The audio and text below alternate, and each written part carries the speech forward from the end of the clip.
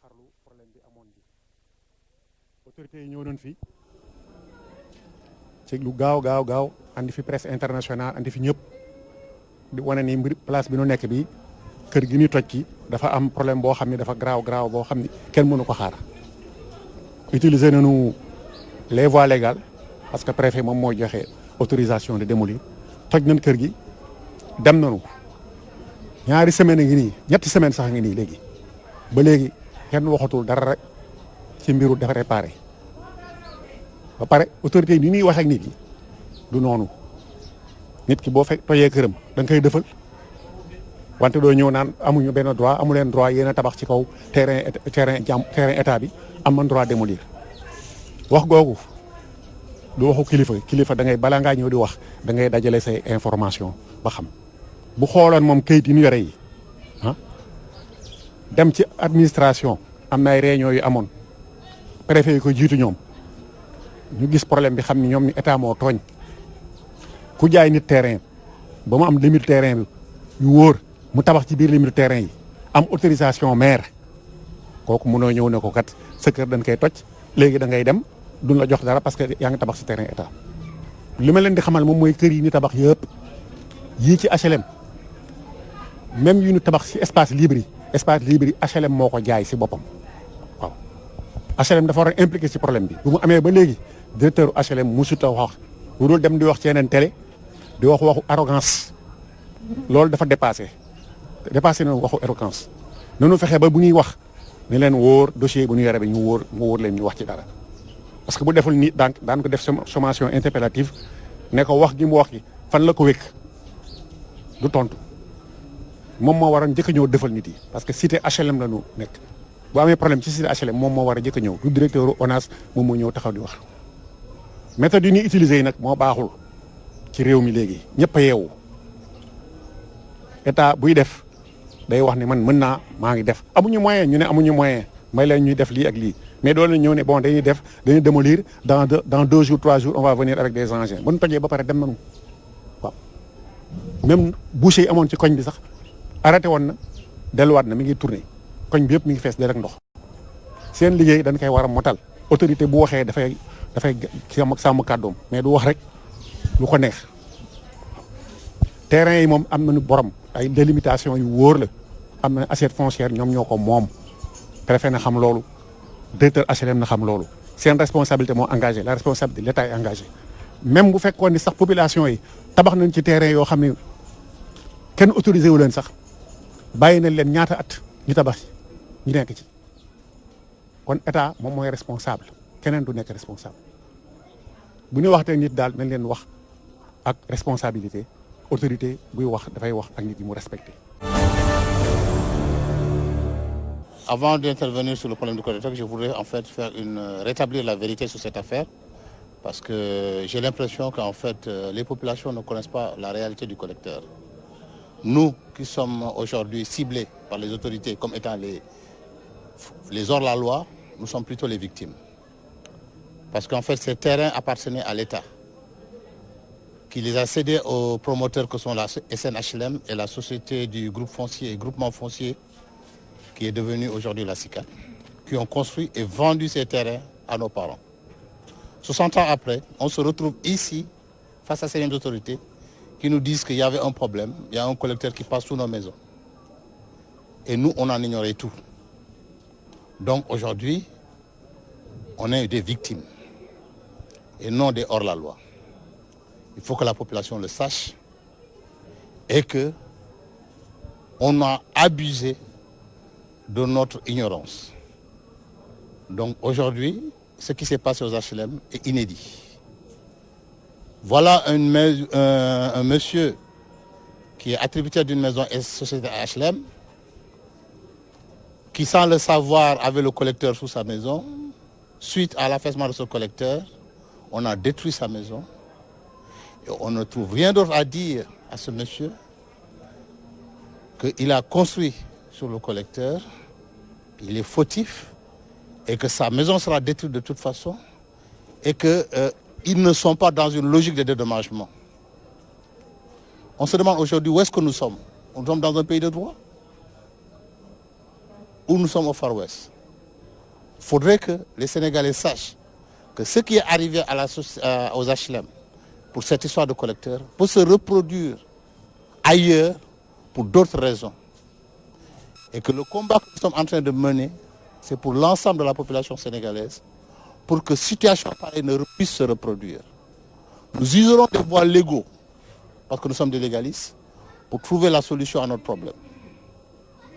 Et aujourd'hui, nous faisons appel au premier magistrat de ce pays, qui est le président de la République, pour qu'il puisse faire de ce problème de collecteurs une priorité, pour que plus jamais on ait à souffrir de ce problème.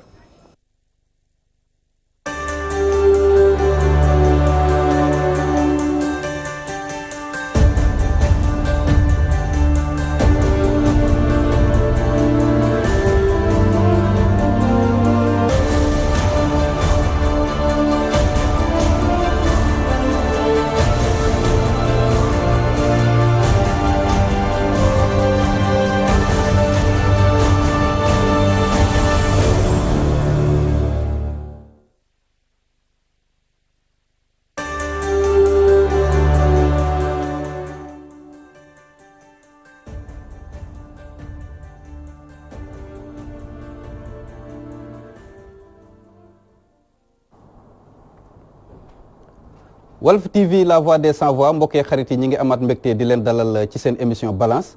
jotaayu tey bi nag di yemook mardi 1er octobre 2019 ñu indiwaat beneen sujet boo xamante ni moom la ñuy fas yéene waxtaane muy actualité la grosse actualité sax laa war a wax bi nga xamante ni jamono ji yëpp moom moo lëmbe réew mi depuis dibéer bi ñu weesu muy dossier Khalifa Sall bi nga xamante ne daanaka bàyyi nañ ko ginnaaw ba mu defee ci kaso bi ñaari at yu tegal la juróom-benni weer waraloon kon seen émission balance tànn ko waxtaane ko mboolem loo xamante ni lënt na ci askan wi ak ay laaj yoo xamante ni yëkkati nañ ko ñu indi leen ci ay leeral waaye tamit lu bëree bëri gis nañu diggante bi ne ñu bëri am na ci loo xamante ni ump na seen bopp ñii naan ndax dañ ko gracier wala ban beneen yoon la mën a jaar lan mooy différence entre grâce ak li nga xamante ni moom mooy remise de peine vraiment mu nekk loo xamante ni askan wi bëgg nañ ñu indi leen ci ay gindi yeneen question wala boog interrogation yi nga xamante ne askan wi tamit bëgg nañ leen ci ñu gindi leen ci moo di ne grâce bi nga xamante ne accordé nañ ko wala remise de peine bu mu ci mënti doon suñu invité yi dinañu wax ban la ci lan mooy jeexit bi nga xamante ne am na ko ci li nga xamante ni moom mooy dossier Khalifa Sall notamment ci avenir politique am waaye tamit ci li nga xamante ni moom moo ci gën a am solo sax muy ses droits civiques civils muy li nga xamante ni ndax mën na doon koo xamante ni dina mën a jokk ci jongante yi nga xamante ni moo di ñëw waaye tamit ay laaj ak ay interrogation lu bëree bëri loo xamante ni waraloon askan bi sàkk ko ngir ñu indi ci li nga xamante ni moom mooy waxtaan su ko defee kon mbokk yi loolu mooy li nga xamante ni moom la ñu fas yéene waxtaane te ci biir waxtaan bi dinañ leen retracer toute la procédure maanaam la ko tàmbalee 7 mars 2017 bi nga xamante ne ci lañ leen inculpé placé leen sous mandat de dépôt ba ci septembre 2019 bi nga xamante ne dogal bi ci mujj ci lañ ko jël muy seen baay bi lépp loo xamante ne jaaroon na fii ci diggante bi dinañ ko retracer moo xam enquête préliminaire bi la wala instruction bi wala jugement de première instance bi jugement en appel bi également ak tamit le fait que également parce que bu ñu nee dossier Khalifa Sall juridiction nationale yi kese taxul ñuy wax waaye juridiction internationale tam am na taxawaay boo xamante ne amoon nañ ko ci notamment la cour de justice de la CEDEAO ak yeneen loo xamante ni soxal na mbokk li nga xamante ni moom mooy waxtaan bi moo waral tey ñu am mbégte dalal fi ay nit yoo xamante ne kenn ku ci nekk wàll googu am na war boo ci bay ki ci jiitu di ab professeur doon koo xamante ne dafa nekk juriste ba pare di jàngale wàllum justice ak wàllum droit muy professeur Ndiak Fall bi nga xam ne ñu bëri rek dañ ko daan dégg waaye tey ji nañu am occasion gis ko xamanteeg moom bu baax a baax professeur ñi ngi lay dalal ci plateau balance. Pape Ndiaye maa ngi lay fay di la gërëm ci invitation bi nga ma invité di nuyu aussi téléspectateurs yi gannaaw loolu it jàpp naa ni sababu invitation bi mooy Masalikul Jinaan puisque bu coow li jibee foofa la mbir mi soqi ko kon nag damay tàmbali di ndokkeel sëñ Muntaxa ci dalal bi mu dalal jumay sëñ Tuubaa ji ci Ndakaaru di ko ñaanal gudd fan ak wér-gu-yaram li mu yéene ci yoonu murit dal na ko ci yàlla defal ndam lu koy njortam lépp li nga xam ni nit ñi def nañ ko ci aussi yal na leen ko yàlla fay puisque doon na ndamal Sénégal ma ci gërëm aussi le président Wade bi nga xam ni yàlla dogal na moo joxe woon terrain bi gannaaw loolu it maa ngi rafetlu taxawaayu kilifa labbe yi maanaam monseigneur Benjamin Ndiaye puisque dem na nuyu ji xalif général des Mourides kooku geste la boo xam ni am na solo ci réew mi loolu jar nañu rafetlu ko. gannaaw loolu it booy seet cérémonie bi du woon Sénégal rek mën naa ni bitim réew ñëw nañu. ci li ma jàng ci presse bi waa meeru Mayombe ak meeru maanaam Ilia Mayombe meeru Mayombe ak Lambaréné ñoom ñaar ñëw nañu. loolu day wane ni Sénégal ak Gabon histoire u Sëñ Touba moo leen lëkkale. donc loolu yëpp ñu ngi koy rafetlu di ñaan yàlla def jàmm ak sutura ak teranga. ñaan yàlla def jàmm sutura ak teranga professeur may fàttali yow nga da nga xam-xam dafa màcc ci wàllum li nga xam ne moom mooy droit nga nekk également pénaliste mën nañ ko waxee noonu. absolument waaw alors mbokk yi keneen ki nga xamante ne dalal nañ ko fi nag yaakaar naa ni miin nañ ko bu baax a baax ci Walfadjri suñu naataango la journaliste Ndeye Fatou Ndiaye nekk journaliste waaye tamit spécialisé wu ci question politique moom tamit également ñu dalal ko fi ngir mën a maa nga njàngat yi nga xamante ni war nañ koo mën a def ci li nga xamante ni moom mooy dossier Khalifa Sall Ndeye Fatou ñu ngi lay dalal plateau balance.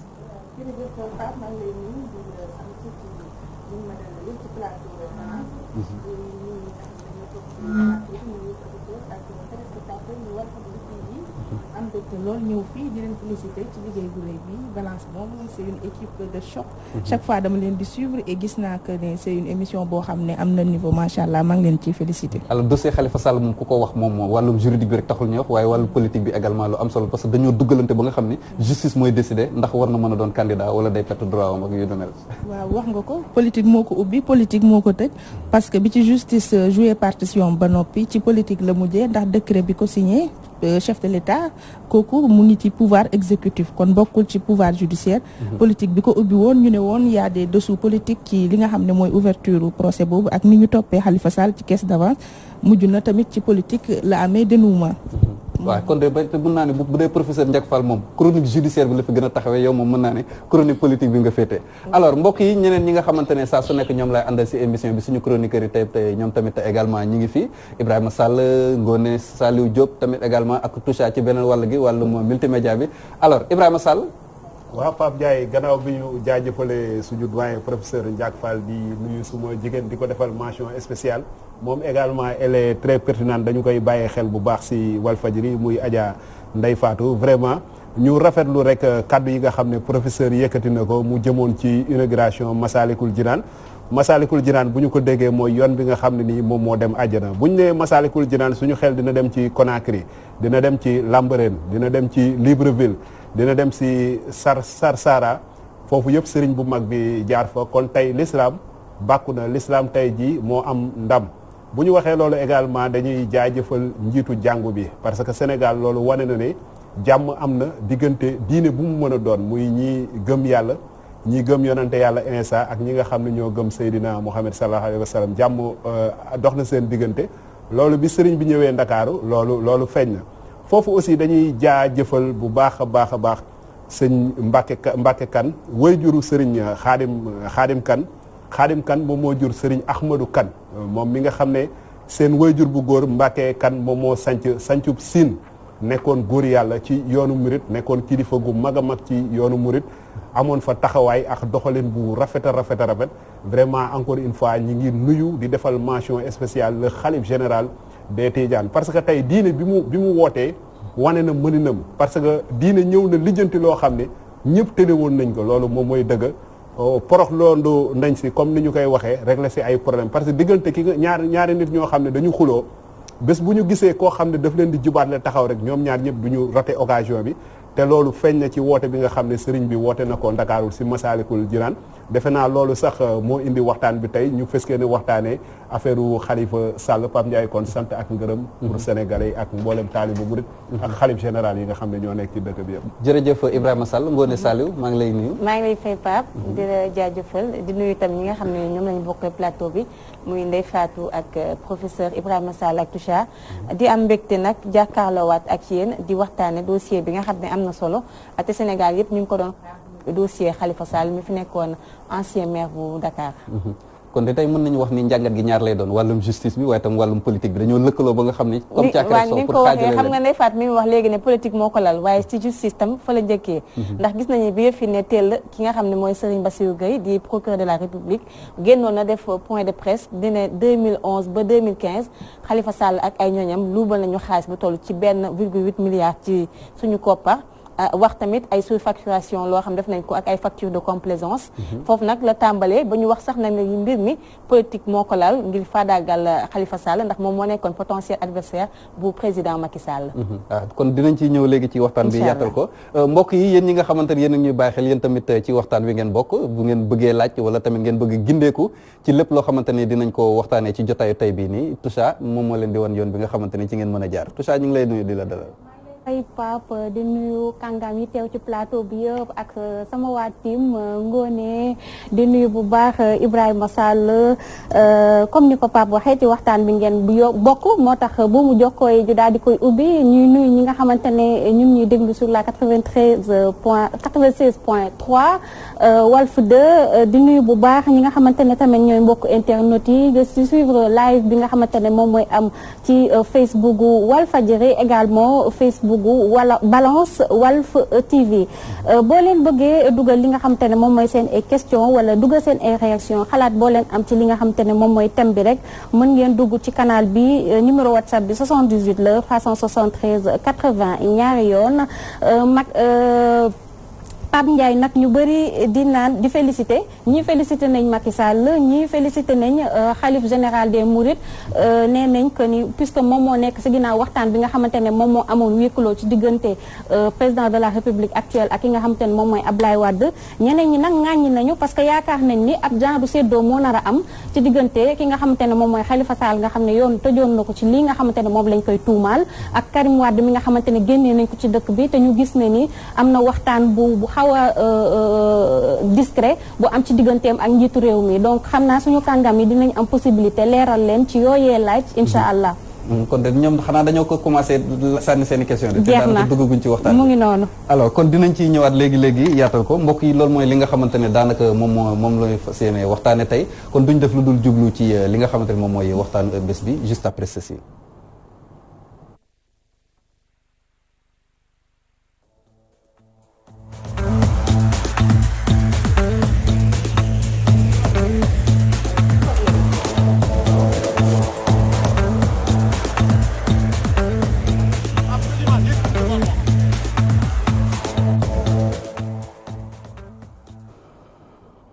alors affaire Khalifa Sall coow li bëri na lool ci dëkk bi ñi naan grâce moo ko génnee ñi naan noo du grâce li nga xamante moom mooy remise de peine la judice yi également divisé wu ci question bi ndax grâce ak remise de peine benn la ñii ne benn la ñii ne du benn ñii ne am na lu leen wutale ba ñenn ñi di ko tëkkale sax yeneen mesures yi nga xamante ne am na fi muy libération conditionnelle ak li nga xamante ne également moom mooy amnistie ba am na ñoo xam ne sax dañ koy sàkku ngir maanaam ñu effacer lépp loo xamante ne ay fait la yoo xamante ne jëmoon na ci caisse d'avance ci période bi nga xamante ne IGE muy inspection générale d'État ci lañ ko yebaloon fële ca mairie de Dakar ba mu déceler trou boobu nga xamante ni moom moo indi woon li nga xamante ne tey jii nii mën nañ ko tuddee le procès de la caisse d'avance kon ci tàmbali bi rek génn bi nga xamante ni génn na déjà loolu information boobu la nekkatul lu bees mais li gën a soxal askan wi mooy ginnaaw génn googu ba mu amee leneen li nga xamante ni moom moo làqu ci ginnaaw ndax génn boobu noonu dafay waral lépp loo xamante ne xañoon nañ ko ci àq ak ay yelleefam daf koy ñàkk wala daf koy desandiwaat loolu également dinañ ci ñëw bu baax a baax Ibrahima Sall. waaw Pape Ndiaye introduction bi am na solo xam naa ne autant de questions sénégalais yi ñi ngi koy posé wu. jàppoon na jafe-jafe am na jàppoon nañu nit yóbbu nañ ko prison liñ ko doon toppee mooy wàllum xaalis première question mooy ndax ba mu génnee ndax bañ koo gracier xaalis génn na wala génnul jàppoon nañ beneen nit bu ñuy wax Karim Meïssa Wade doon tegoon ci loosam tuuma yu dis ne woon alal la ñu ko doon toppee alal jooju bi ñu ko bàyyee ndax alal jooju ñëwaat na ci loxo sénégalais yi état du Sénégal également ñaata koppar la dépensé ci procès boobu ci ay fay avocat ak yooyu kon tey laaj bi gën a mag bi nga xam ne moom la ñuy laaj gannaaw bi mbir yi amee ñu bàyyi Khalifa Sall ñu bàyyi ko nekk ci mbiru Karim Meïssa Wade kon tey jii kan moo gagné ak kan moo perte ndax askanu Sénégal gis na si boppam gagné na wala perte na loolu autant de question la mais question bi nga introduire vraiment question bu ama am solo la te yaakaar naa ne professeur dina si tontu. li nga xam ne mooy article décret 362 bu 4 juin 2002 autant pour moi relative à l'aménagement des peines yaakaar naa ne professeur dina ci ñëw wax lan mooy grâce présidentielle mais également lan mooy libération conditionnelle ak remise de peine yooyu yëpp professeur dina ci ñëw. mu am ci contexte boo xam ne contexte bu particulier la. loolu aussi encore une fois mënuñu si lu dul jaajëfal ci ki nga xam ne nii moom mooy xalif général des Mourides si taxawaay bi nga xam ne am na ko ci mbir mi parce que sànq sama tàmbali kàddu wax naa ne diine tey lijjanti la loo xam ne ñëpp tene woon nañu ko diine dugal na ci loxoom te diine bi mu ci dugalee loxoom yàlla suñu borom mayee na si ndam kan moo ci gagné kan moo si perte loolu c'est autant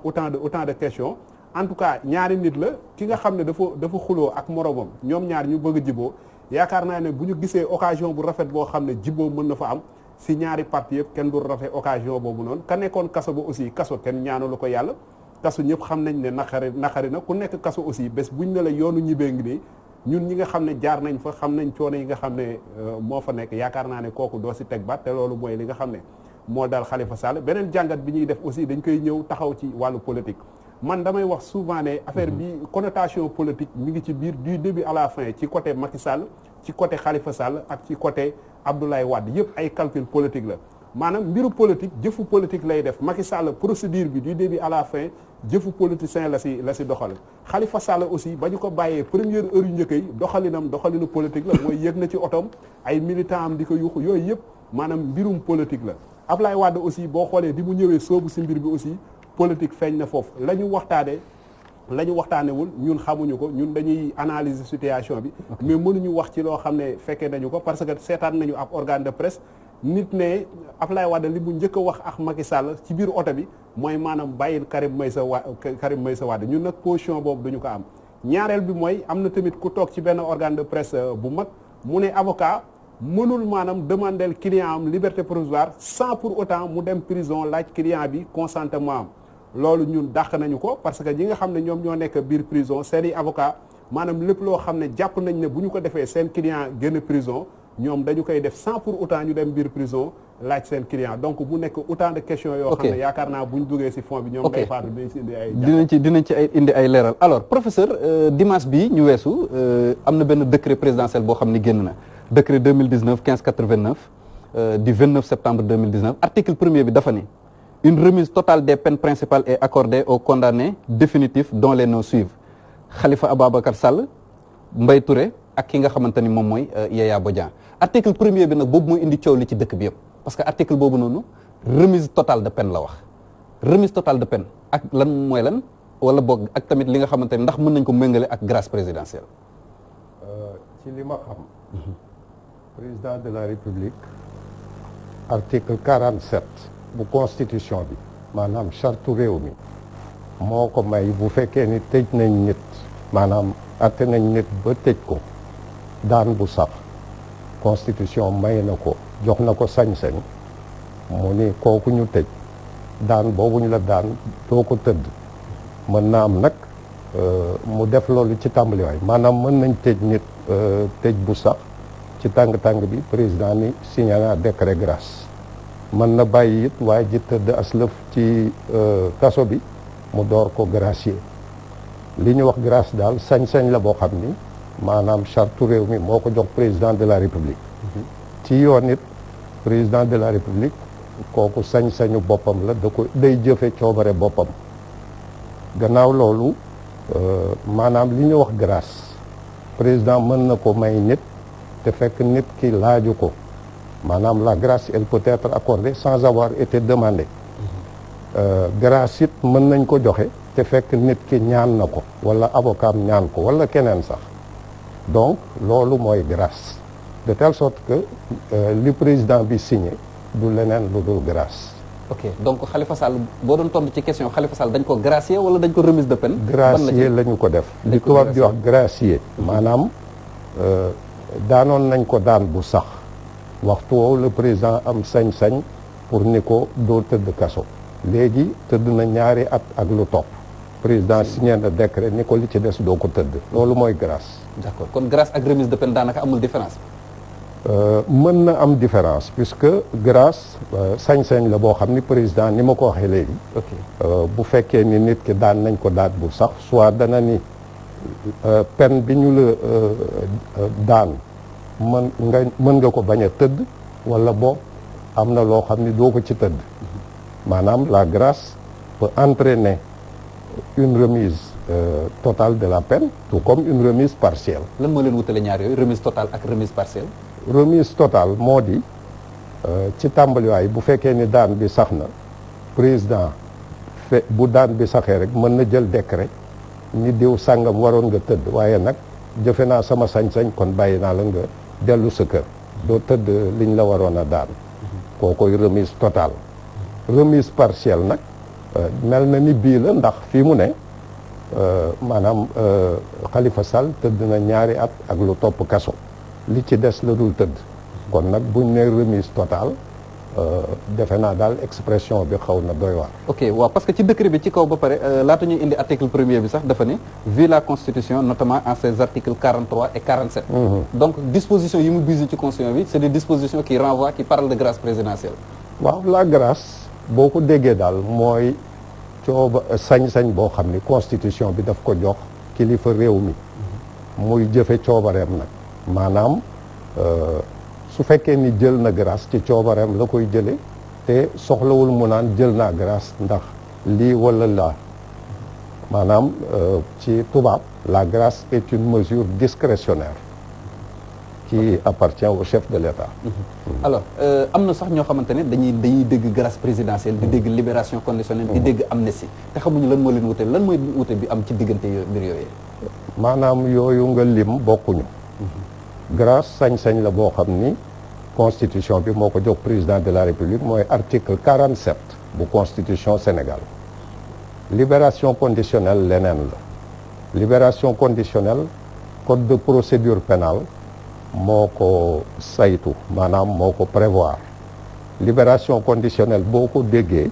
moo di daan nañ la yaa ngi ci kaso bi waaye nag sa doxalin rafet na boo léegi am na maanaam diir boo tëdd ñu jàpp ni daal boo génnee di nga génn ci anam ya gën a rafet ba ëllëg si biir dootoo def jéeya. boobu ku koy maye. bu dee grâce président moo koy maye libération conditionnelle ku koy joxe. libération conditionnelle ministre de la justice moo koy signé. dafa am nag comité boo xam ni ci seen loxo lay jaar. libération conditionnelle dafa am ay chartes yu mu tëddee. maanaam bu fekkee ni doon nga li ñuy wax délinquant primaire maanaam yaa ngi door a dugg kaso mooy sa dugg bu njëkk foofa dañu naan li nga war tëdd bu ñu ko xaajee ci digg bi bu fekkee ni tëdd nga moitié bi cas man nañ la ko baal muy libération conditionnelle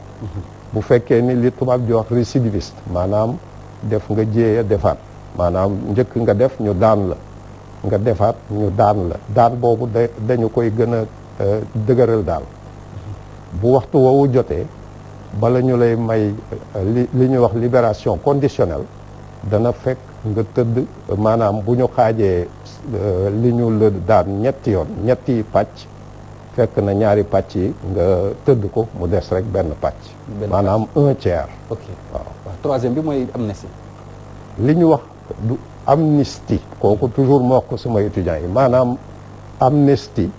du baatu tubaab bi mooy amnistie amnistie organisation la amnistie internationale voilà exactement mu ngoog voilà kooku njuumte lu rëy la ñu bari di def li ñu wax amnistie loi lay doon assemblée nationale moo koy voté loi boobu article 67 de la constitution moo ko may assemblée comme sañ-sañ ndax ci biir sañ-sañu assemblée ci man li may jàngale am nañ ñett ñoo xam ni ci sañ-sañu assemblée la bokk mooy li ñuy wax amnistie mooy li ñuy wax détermination des crimes et délits et les sanctions qui leur sont applicables am na it li ñuy wax procédure pénale maanaam nit ki bu defee jéeya maanaam yoon wi muy jaar ba ñu daan ko loolu yëpp assemblée boo koy tëral donc li ñu wax amnistie doon na loo xam ni bokkul ak grâce assemblée moo koy voté muy loi grâce buñ la ko defalee maanaam dañ la naan li des ci li ñu waroon a daan baal nañ la ko waaye nag dañu koy denc maanaam duñu ko faase bu dee amnistie nag bu ñu wotee loi bi day mel ni mosoo def benn jéeya loolu mooy amnistie maanaam amnistie loo defoon dañ koy fàtte far ko mel ni mosoo ko def. d'accord Ngoné. professeur li ma bëggoon nga leeral ko mooy kaawu Khalifa Sall yaa ngi wax léegi dañ ko gracier. te bi ñu ko daanee juróomi ati kaso dañ ci tegoon juróomi millions yoo xam ne dommage et intérêt la loolu est-ce que du am ay conséquences ci grâce bi wala loolu yëpp dafay effacé wu. non kii boobu amende la amende li ñuy wax amende day dugg ci keesu nguur gi dommage et intérêt boo ko déggee moo di maanaam tooñ nga nit wala sax tooñ nga état bi mais surtout nit foofu ndàmpaay ba nga koy jox moom la ñuy wax dommage et intérêt bokkul ak amende ci keesu buur lay dugg. trésor public. voilà. ok waaw Ndeye Fatou. baal nañ leen ko. bu ñu nee remise des peines évidemment ñaar lañ ko daan maanaam daan nañ ko juróomi atu kaso ak 5 millions d'amende kooku ci yoon mooy daan bi daanu ci ko moo bi ñu ko gàll ci ndoddam normalement yooyu dafa war a dem maanaam ñu effacé ko bokkul nag ak maanaam 1,8 milliard yi nga xam ni nee nañu daf ko war a jox état ndax dafa lor état kooku bokkul ndax bu dee li tubaab di wax amnistie wala grâce dafa am loo xam ni ñoom ñaar bokk nañ ko nee nañu la grâce et l'amnistie ne préjudicient en rien aux droits des tiers maanaam bu fekkee ni da nga def lor nit wala ab kuréel ndàmpaay la nga leen di fay buñ la gracier wala ñu amnistier la loolu kenn du ko dindi da nga koy fay. waaw nga may ma aussi. nga may ma dolli bu dee grâce am na nag ay maanaam daan yoo xam ni grâce mënu ci dara benn buñ la daanee ba nga tëdd kaso la nga war a tëdd maanaam la peine subie grâce amu fa yoon bu fekkee ni daan nañ la daan bi ñu wax sursis daan maanaam grâce amu fa yoon sursis moo di daan nañ la waaye daanoo artu la li ci ëpp doo tëdd kaso waaye bu fekkee ni def nga beneen jéeya loolu da ngay dellu waat kaso booleeg it lañ la ni woon daanu artu la da nga koy tëdd kooku grâce mënu ci dara am na it li ñuy wax condamnation par contumace maanaam bu ñu la daanee te fekk nga nekk bitim réew fekk dellu si woo ñu attewaat la ba daan la daan bu sax kooku grâce mënu ci dara condamnation par contumace boo léegi it am na li ñuy wax peine prescrite maanaam daan nañ la yàlla def daal nga rëcc maanaam daan biñ la daanuwul ci sa ndodd ndax wañ séentu woon ni war nga ko tëdd rëcc nga am na jamono joo xam ni li ñuy wax peine prescrite mooy am maanaam dootoo ko tëdd kooku loi prévoir na ko yooyu yëpp grâce amu ci pexe. ok d'accord mu mel ni am na laaj yoo xamante ne tàmbali naa ñëw Toucha.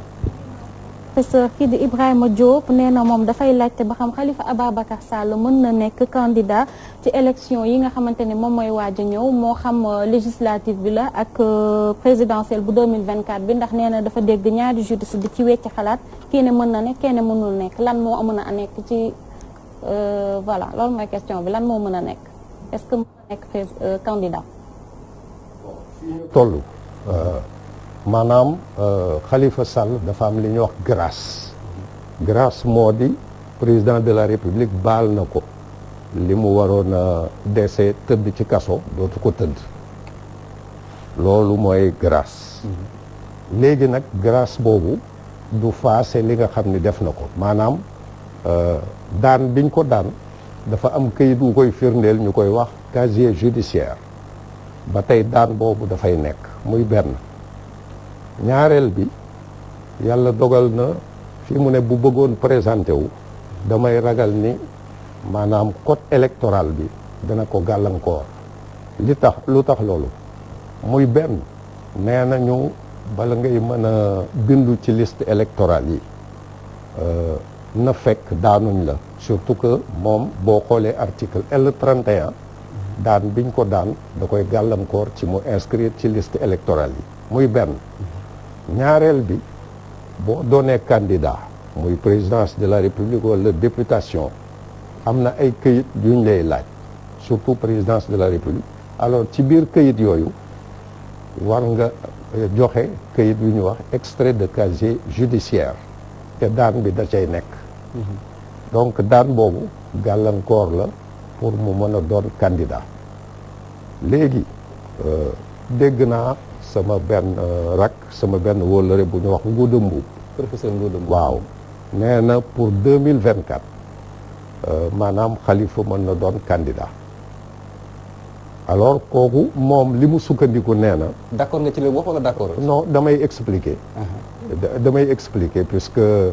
damay wax li ma xalaat nga xam ni moom position mooy Khalifa mën na bokk yow nee nga Khalifa mënul bokk waaw tout à fait léegi nag comme moom nee na mën na bokk maanaam nee na ci disposition L31 yi wala L32 bu fekkee ni maanaam daan nañ la bu fekkee ni daan bi sax na juróomi at yi ci tegu normalement waroo mën doon kii maanaam candidat mais bu loolu weesoo war nga mën doon candidat léegi nag le problème foofu moo di bu fekkee ni yegg na ci maanaam 2024 est-ce que diggante condamnation définitive bi ak délai boobu mën na doon loo xam ni du ko tere mu doon candidat muy benn donc moom foofu la féetale mbir mi autrement dit fii mu ne juróomi at yi nga xam ni tegu na ci daan bu sax bi normalement waroo mën a inscrire ci liste électorale yi bu loolu weesoo ci yoon war na mën doon candidat muy benn ma dolli ci ni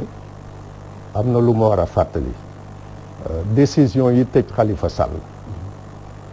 privé wuñ ko de ses droits civiques civils et de famille maanaam daan nañ ko waaye nag dàquñu li ñu wax droit civique civil et de famille maanaam ba tey normalement bu ñu nalee dàquñu say droit civique civil et de famille moo di à la fois vous êtes électeur et éligible donc principe bi moo di Khalifa il est électeur et éligible lii gàllankooram mooy code électoral c'est la même chose que lañ defoon Karim Wade maanaam Karim Wade bi ko cour de répression de l'enrichissement illicite daanee maanaam xañu ko li ñu wax ses droits civiques civils et de famille waaye nag gàllankoor bi ci code électoral bi la ci code électoral Ndeye Fatou mbir mi jaxasoo na de juriste yi ne mën na bokk ñi ne mënul bokk foofu laay interpellé Ndeye Fatou sax en tant que journaliste boo xam ne xam-xamam dafa ñàkk màcc ci wàllu politique ma di ko laaj rek moom maanaam question bu njëkk bi mooy gannaaw li professeur expliqué lan mooy ëllëgu Khalifa Sall ci biir politique ak équation Karim Wade ban jàngat nga siy def. waaw mooy les deux cas rek en politique dañ leen yàgg cité noonu Khalifa cas mooy début noom Karim cas ñoom dañu mel ni ñoo bokk destin croisé surtout si wàllu bi ñu jaaree ci yoon. en politique aussi dañuy am benn problème pour mën a présenter wu waat Khalifa Sall je pense que pour le moment mun nañu jàpp ne du mën a doon candidat parce que bu fekkee ne li professeur expliqué condamnation définitive bi c'est en 2019 2024 2019 c'est 5 ans kon dina fekk délai bi ba léegi day nekk ci biir est-ce que loolu dina ko mën a may mu présenter ça va poser problème code électoral article L30 L31 ba L32 éliminé na Khalifa Sall su fekkee inéligibilité yi ñu ciy wax critères yooyu jàpp nañ ne moom bokk na ci ndax am na condamnation 5 ans am na amende mais aussi poursuivre nañ ko pour escroquerie ak wàllu détournement de deniers publics yooyu bokk na ci li nga xam ne moom lañ ko condamné yooyu exclure na ko kon ci wàllu code électoral même cas la ak Karim Wade te li professeur expliqué moom sax bàyyi nañ ko grâce mais su deful ndànk ci kanam dina am problème mu contrainte par corps bu fekkee ne 1 milliard 800 yi ba léegi daf ko war a fay kon loolu da koy topp mu mel ni daal ay gàllankoor yoo xamante ne la taxaw na ci kanamu Khalifa Sall ba ci au plan comme li dal Taïb Socé daal li risque quoi soo deful ndànk waaw contrainte par corps boobu kan moo koy delloowaat contrainte par corps boobu agent judiciaire de l'État moo koy waaw agent judiciaire de l'État mooy doon exécutant bi kon léegi bu ñu jàppee moom gannaaw bi nga defee jàngat ci moom ak Karim Wade maanaam ñoom ñaar kan moo gën a métti kaa jamono jii nii boo doon xool Karim ak Khalifa Sall en tant que li mu war a fay muy 138 milliards Karim Khalifa 1 milliard 800 la kon daal Khalifa mën nañ jàpp ne du jour au lendemain mën na delluwaat rëbës su delloowul xaalis bi ni professeur expliqué ne loolu wàcc ko ba tey muy amende boobu contrainte par corps parce que nee na la grâce efface la peine mais n'efface pas la condamnation kon Macky da ko bàyyi te amnistie bi si poosam épée de Damoclès mu ngi ci kan en tout cas ci kaw boppam toujours contrainte par corps boo ko déggee mooy nga yoreel nguur gi xaalis wala boog sax nit koo xam ni maanaam gaañ nga ko wala boog teg nga ko maanaam jéye nga war ko dàmp loolu boo ko waree fay ci xaalis soo ko fayul li tubaab di wax contrainte par corps mën nañ la ko teg contrainte par corps nag li tubaab di wax c'est gradué maanaam lu xaalis bi nga yoreel nit ki wala nguur gi gën na bari contrainte par corps bi gën a diis maanaam contrainte par corps boo ko déggee nit ki dañ lay tëj kaso pour nga fay xaalis ndax da nga ko yoreel nit wala da nga ko yoreel nguur gi léegi nag contrainte par corps boobu ni ko code de procédure pénale saytoo moo di boo yoreelee nguur gi wala nit lu ëpp 400 000 francs lu ëpp 400 000 francs gën gaa bari li ñuy séentu nga tëdd ko kaso mooy ñaari at maanaam liñ prévoir mooy 1 à 2 ans boo yoree 1 milliard 800 000 wala 138 milliards buñ lay contrainte par corps mënul weesu ñaari at muy benn bu fekkee ni téye nañ la nga tëdd ñaari at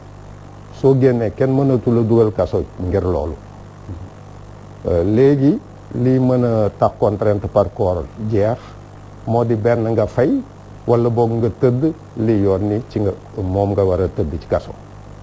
loolooy contrainte par corps. ok alors ma di nuyu bu baax a baax suñu doyen major tey dafa am voilà dafa am ngant moo tax ñëwul ci émission bi mais ñu ngi koy nuyu di ko ziar bu baax a baax ñu ngi leen di jox rendez-vous ci yeneen jotaay question nee na ñu laaj professeur ba xam mën na rappeler un peu la théorie des peines complémentaires et accessoires ci affaire Khalifa Sall. ok question de major Kandji. bon li ñuy wax peine complémentaire moo di ça s'oppose d'abord à la peine principale li ñuy wax peine principale mooy daan bi gën a diis bi ñuy teg nit waaye day am yeneen daan yoo xam ni dañ koy lëkkaleeg daan ba ñu la daan muy daan bu njëkk bi di peine principale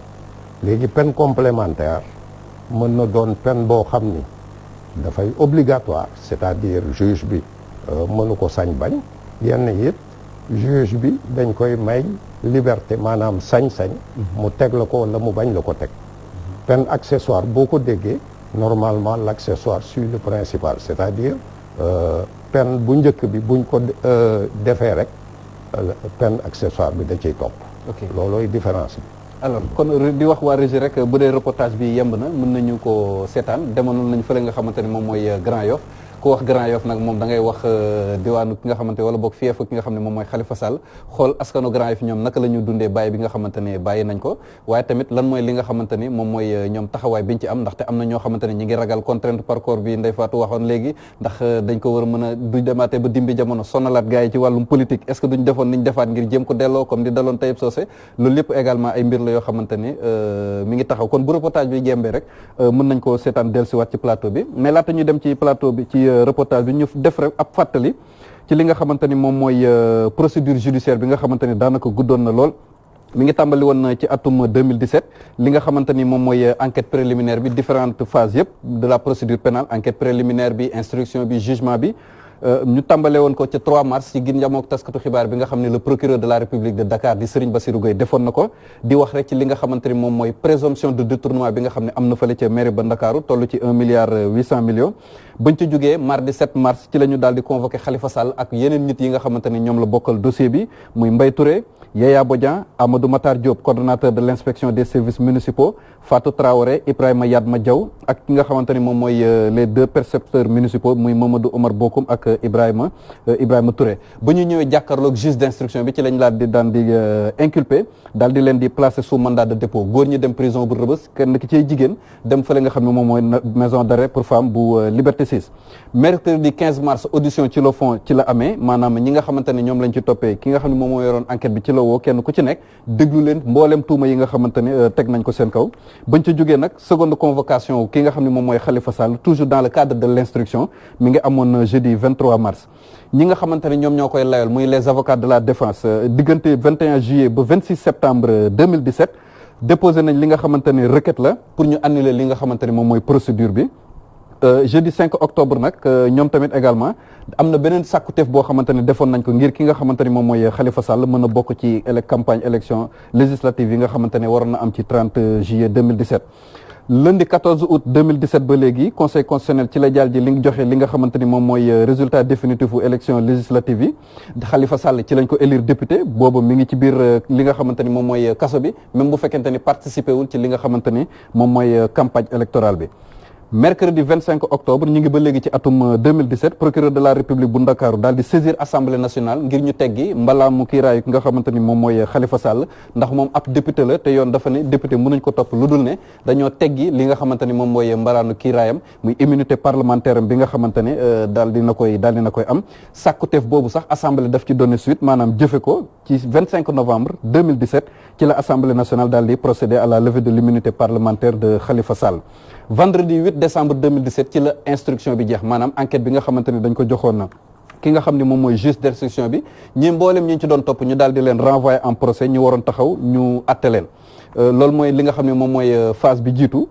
instruction bi ak enquête préliminaire bi te ci enquête préliminaire bi sax leneen liñ ci mën a dolli mooy audition bi nga xam ne amoon na fële ca BAG muy brigade des affaires générales benn démembrement de la division des investigations criminelles foofee am na ñu fa déglu woon te jamono yi ñu leen di déglu am na ci ñoo xamante ne nanguwuñu woon seen avocat wuy si leen taxawu leen sur la base du règlement numéro 5 bu UEMOA bu procédure boobu sax cour de justice de la CEDEAO am na lu mu ci waxoon kon jeudi 14 décembre ci la daal di atte bi daal di njëkk a tijjee ko fële ca tribunal correctionnel bu Ndakaaru nga xamante ne audience bi juge Lamotte moo ko présidé woon diggante bi nag lu bëri xaj na fi yoo xamante ne du ñu mën a dugg ci détails yi lu ko mel ni par exemple conseil constitutionnel bi nga xamante ne waxoon na ci annulation scrutin bi nga xamante ne requête la boo xamante ne sàkkuteef ak yeneen yu bëri waaye bi ci gën a am solo rek mooy 30 mars bi nga xam ni tribunal correctionnel ci la joxee dogal bi njëkk bi nga xamante ni génne woon nañ ko di wax ne Khalifa Sall Mbaye Touré ak Yaya Bodian teg nañ leen 5 ans ferme maanaam juróomi atu kaso yoo xam ne dañ koy tëdd Fatou Traoré 2 ans dont 6 mois ferme maanaam ñaari at yoo xam ne juróom benn weer képp la ci war a tëdd Amadou Makhtar Diop Ibrahima Yatma Diaw ñu daal di leen condamné ci daan bu njëkk bi 2 ans dont 1 an ferme pour faux et usage de faux dans un document administratif Mamadou Omar Bokoum ak Ibrahima Touré dañ leen daal di woon relaxé en première instance constitution de partie civile aussi bien bu état du Sénégal ak bu ville de Dakar dañ koo daal di woon rejeté lépp rek ci première instance 29 juin cour de justice de la CEDEAO tamit am na beneen arrêt boo xamante ne joxe na ko di wax ni rek tey gi ñu téye Khalifa Sall dëppoowul ak yoon muy détention arbitraire durant une période bien déterminée ci li nga xam ne moom mooy entre le 14 août 2017 ba ci 25 novembre 2017 cour de justice de CEDEAO sax waxoon na ni Khalifa Sall état du Sénégal daf ko war a fay 35 millions maanaam fanweeri millions ak juróom ngir détention arbitraire boobu nga xamante ni moom lañ ko kii dinaa laaj léegi Ndeye Fatou ndax jox nañ ko wala boog war na mën a dem pour sàkku 35 millions yooyu nga xam ne cour de justice CEDEAO waxoon na ni nañ ko jox alors loolu mooy phase u première instance bi loolu bi mu amee appel amoon na ci dossier bi Khalifa Sall ak mboolem ñi mu àndaloon attewaat nañ leen cour d'appel bu Ndakaaru donc audience bi mi ngi tijjeeku woon lundi 9 juillet ba léegi ci 2018 ci la tijjee woon ak li nga xamante ni moom moo am ci diggal bi yëpp ba keroog 30 août nag ci la cour d'appel bu Dakar daal di joxe la décision de seconde instance muy ñaareelu atte bi nga xamante ni moom moo am di confirmer daan bi nga xam ne teg nañ ko ci Khalifa Sall Mbaye Touré ak Yaya Bodian muy 5 ans ferme waaye tamit daan yi nga xamante ni toppoon nañ ko Khalifa Sall ba ñu demee en appel am na leneen loo xamante ni ñaari tuuma yoo xamante ni moom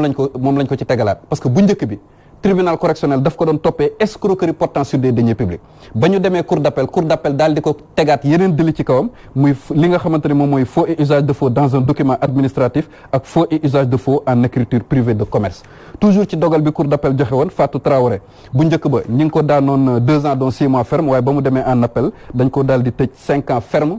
pour complicité d'escroquerie portant sur des deniers publics waaye delluwaatul woon prison ndax la peine n'était pas assortie de mandat de dépôt à l'audience Amadou Matar Diop Ibrahima Yatma Diaw ñoom tamit également li nga xamante moom mooy daan bi ñu leen tegoon dañ ko confirmer dara soppeewu ko ci Mamadou Omar Bokoum ak Ibrahima Touré ñoom également dañu confirmer li nga xamante ni moom mooy bàyyi bi ñu leen bàyyi woon ci àtte bu njëkk ba juge bi nag waxoon na ñu confisquer 1/5 bien ñi nga xamante ni ñoom ñooy condamné yi loolu mooy li nga xam ne moo ci am ak 31 août révocation Khalifa Sall de ses fonctions de maire ak Soham Wardini ba mu ko remplacé 1er octobre 2018 loolu yëpp xew na fi ba ci atum 2019 nga xamante ne moom mooy càppaandalu dossier bi jeudi 3 janvier Cour suprême ci la confirmé arrêt bi nga xamante ne cour d'appel bu Ndakaaru rendroon na ko ci audience boo xamante ne le juge Demba Kandji moo ko présidé woon vendredi 4 janvier conseil constitutionnel daal di valider li nga xamante ni moom mooy parrainage u candidat Khalifa Sall en vue de la présidentielle du 24 février 2019 ci weeru novembre ba léegi ci la ñu rejeté woon li nga xamante ni moom mooy candidature Khalifa Ababacar Sall par le conseil constitutionnel ñu ngi koy fàttaliku bu baax a baax ak mboolem yeneen recours yi nga xamante ne am na ci dogal bi nga xamante ne justice su Sénégal moom la mujjee joxe ci dossier Khalifa Sall mi ngi am le 11 juillet bii ñu weesu nga xam ne cour suprême bu Ndakaaru daf koo débuté ci sàkkuteef boobu nga xamante ne daf ko doon def ginnaaw ba ñu pour ñu neenal li nga xamante ne moom mooy révocation boobu de sa fonction de maire de Dakar dimanche bii ñu weesu nag l'ultime décision mooy bi nga xamante ni moom moo ci mujj muy libération bàyyi bi nga xamante ne bàyyi nañ ko waraloon débat bi waraloon également coow lu bëri li nga xamante ne am na ci dëkk bi donc fi ñu toll ni daal on peut dire que la procédure est définitive. En fait, la procédure kooku c'est une mauvaise expression. Peut-être que procédure ba jeex na puisque procédure judiciaire bi jeex na léegi li am dimanche bii ñu génn c'est extrajudiciaire maanaam yoon nekkatu ci. dafa am bu yoon defee liggéeyam ba pare des mécanismes extrajudiciaires mécanisme yooyu ci la grâce bokk ak amnistie maanaam grâce président moo ko yeyoo amnistie loi la loolu c'est des mécanismes extrajudiciaires bu ñu ne la procédure est terminée mooy maanaam tribunal dox na liggéeyam defar na liggéeyam ba mu sotti su sottalee nag soit dañ lay daan wala ñu bàyyi la maanaam mën nañ la condamner wala ñu bañ la condamner suñ la condamner nag nga war a tëdd kaso am na li ñuy wax mécanisme extrajudiciaire mooy soit grâce wala amnistie yooyu mën na ñëw ba yàlla dogal doo tëdd kaso wala boog tëdd ba du bari. alors Ndeye Fatou temps yële passé dama doon bi Khalifa Sall bi ñu ko bàyyee dimanche bi ñu weesu dama doon lire réseaux sociaux yi ma gis kenn ku ne dans un état de droit justice moo war a yor le dernier mot moom mooy kaddu bu mujj bi mais Sénégal dañu constaté di au lieu de justice mais politique bi ñoom ñoo yore également kaddu bu mujj bi est-ce que loolu dëppoon na ak li nga xamante ni moom mooy dëggantaan état de droit ni mu war a doxee. waaw soo xoolee sax Pape kaawu Khalifa Sall soo ko liiree depuis 2017 ba léegi da ngay am tiitaange ci Sénégal. parce que dans l'histoire politique ci li ma ci jotagum jàngat tuuti acharnement bu ni mel gisaguma ci kuñ ko defagum à part Khalifa Sall parce que c'est quelqu'un boo xam ne Dakar waaye dañ ko élire maire bi mu nekkee maire mu am ay ambition présidentielle jot a def une tournée nationale juste après tournée bi soo xoolee ci la ñu def déclenchement dossier judiciaire am bi ñu ko jàppee ñu daal di dem ba mu daal di nekk candidat nekk ci biir kaso bi ñu élire ko député à l'Assemblée nationale mu waroon jour ouverture session parlementaire mu dem présent ndax loolu waroon na ko may sax professeur bëgg naa la ci interpeller mu dem taxaw teew assemblée nationale en tant que député mais c'est quelqu'un boo xam ne nekk na député am ci li ñu waxee immunité parlementaire parce que dem nañ ba dindi malaanu kiiraay kon jot na ci disposer te moment bi mu nekkee député waroon na jouir ci loolu mayñ ko mu génn ba mën cee jouir mais jot nañ ko koo dindi entre temps ñu dem ba tekki ndomboy tànkam ci assemblée nationale par décret présidentiel ñu daal di ko révoqué ci mairie bu Dakar mu jaaxal ma daal mu doon benn genre acharnement boo xam ne jàpp naa ni ci homme politique gu Sénégal Khalifa Sall bokk na ci ñi ko gën a dund dem na sax ba nekk candidat à l'élection présidentielle conseil constitutionnel bañal ko ne condamnation am dafa définitive alors que dem nañ ba defoon nañ rabat d'arrêt il paraît que rabat d'arrêt dafa suspensif ci condamnation donc ka Khalifa Sall doon na loo xam ne man métti na sama bopp dans l'histoire politique du Sénégal acharnement bu ni mel ma laaj la d'abord ci immunité parlementaire bi professeur mais aussi ci rabat d'arrêt bi nga xam ne moo teewoon mu nekk candidat ci élection présidentielle. bala may yegg si ci loolu. dama lay leeral. en réalité il est vrai Khalifa Sall condamné nañ ko. mais booy seet histoire du Sénégal du moins depuis l'indépendance am na cas bu gën a ñàng bu gën a metti mooy bi ñu condamné président Mamadou Dia puisque président Mamadou Dia moo doon compagnon politique gu président Senghor ñu àndoon ànd bu rafet àddina dox ba féewaloo am seen diggante ñu ni président Mamadou Dia dafa jéem a def coup d'état ñu dal di ko tëj à la détention perpétuelle dans une enceinte fortifiée maanaam ci yoon bu fekkoon ni daan booba wéy na président Mamadou Dia du génn mukk kaso tey ànd ak bakkan yàlla mi dara tawul toog na ci kaso lu mat fukki at ak ñaar président Senghor door ko gracier ma dolli ci ni ba mu koy gracier Senghor dafa ni dana signer décret pour gracier Mamadou Dia ak ñi mu daan àndal ñi mu àndaloon ci kaso bi waaye nag grâce boobu kenn ñaanu ko ci coobare boppam la ko defee dolli na ci nit grâce boobu bu sañoon mu gën a teel waaye xoqatal gi ko ñenn ñi doon xoqatal des puissances extra-africaines looloo tax mu yéexe ko donc boobu moo gën a ñàng fuuf bi nga xam ni moo dal Khalifa Sall rafetluwuma ci benn. waaw Khalifa Sall dem nañu sax ba li nga xam ne mooy amende bi defoon na caution déposé bi ay amar ak yi xaalis une semaine après ci la ñu ouvrir procès bi ba tey mooy mu duggati Pape ci acharnement bi muy wax Khalifa Sall vraiment topp nañ ko ba mu sës boo xoolee procédure beeg ni ñu ko defee ka Mamadou Dia nag xam naa daf ñoo sut ba suivruñ ko de près mu mag ñu lool donc ñun Khalifa Sall ah alors léegi ma ko donc moo tax suivre ma ko de près mais ci li ma jot a jàngat nee naa ci histoire politique gu récemment depuis 90 ba léegi ni ñu gisee mbiru Khalifa Sall c'est vrai yoon su na ci mais au plan politique am na côté électoral lu ko peuple jot a jox waaye nag dañ ko retirer ci par des décrets mais aussi ci ay combines yoo xam ne c'est purement politique ci wàllu immunité parlementaire bi ba léegi man aussi leerul ci mës na nekk député ñu xëy dindi immunité bi te ba mu ko nekkee mayuñ ko mu génn ci kaso bi kooku yàlla dogal na man tontu naa ci le 7 octobre 2017 ci TFM te lañ ma invité woon ba nga xamee ni invité nañ ma nee naa woon Khalifa fal nañ ko député kon nag am na malaanum kiiraay bu ñu wax immunité parlementaire immunité parlementaire moo di nit ki buñ ko falee député même bu defoon jéeya bala ñu koy mën yóbbu ci yoon malaanu kiiraay bi dañ koy wuññi maanaam dañ koy dindi feek dindi wuñ ko ci yoon mënul dem ci yoon am na ñu ni woon ba ñuy jàpp Khalifa doonagul député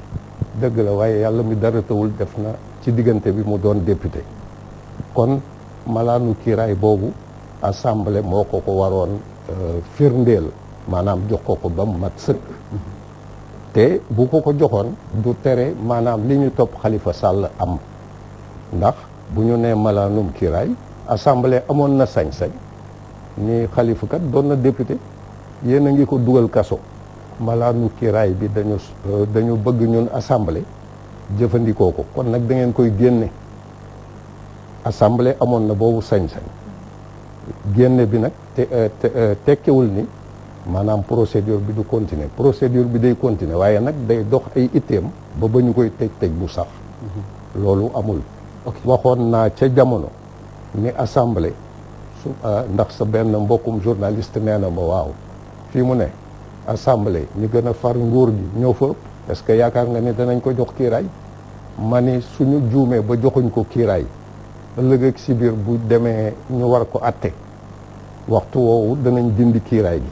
te nag dana xaw jaxasoo nit am kiiraay joxuloo ko ba mu yàgg nga ni dama koy summi loolu wax naa ko te booy xool cour de justice CEDEAO ba mu dikkee loolu moo kon firndeel na ko bu ñëwaatee tam joxe woon na caution teewul ñu dem procès te bàyyiwuñ ko aussi loolu yëpp ba tey ci dossier bi la ba tey loolu am na foofu nag werante am na ñoo xam ni nee nañ caution bi xaalis rek la war a doon am na ñeneen ñu ni caution bi mën na doon leneen lu dul xaalis maanaam ay biens immobiliers ay kër ak yu mel noonu ok alors man dafa am loo xam ne daf ma jaaxal ndaxte keroog bi mbir mi amee dañoo dégg benn avocat Mbaye Touré muy maître Khassim Touré mu daal di yëkkati kaddu ne moom bokk na ci ñi nga xamante ne ñoom ñoo sàkku li nga xam ne moom mooy grâce bi te boo xoolee maître Khassim Touré avocat Mbaye Touré la du avocat Khalifa Sall du avocat Yaya Bodian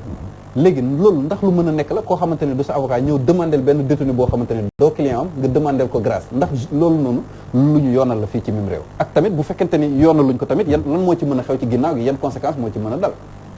parce que Khalifa Sall moom depuis le début dafa ne woon du mës a ñaan grâce parce que ñaan grâce day tekki ne da ngaa d'accord ci li nga def da ngaa d'accord ni da nga luubal xaalis donc tàmbali ba ci fin ba dafa mës a taxaw loolu wax loolu la ay partisans wax également waaw maanaam charte bi tënk avocat yi dafa séentu ni avocat clientam lay défendre maanaam bu avocat jëlee dossier ka mu yor dossier bi moom lay défendre bu fekkee ni Mbaye Touré baal ma kii Touré.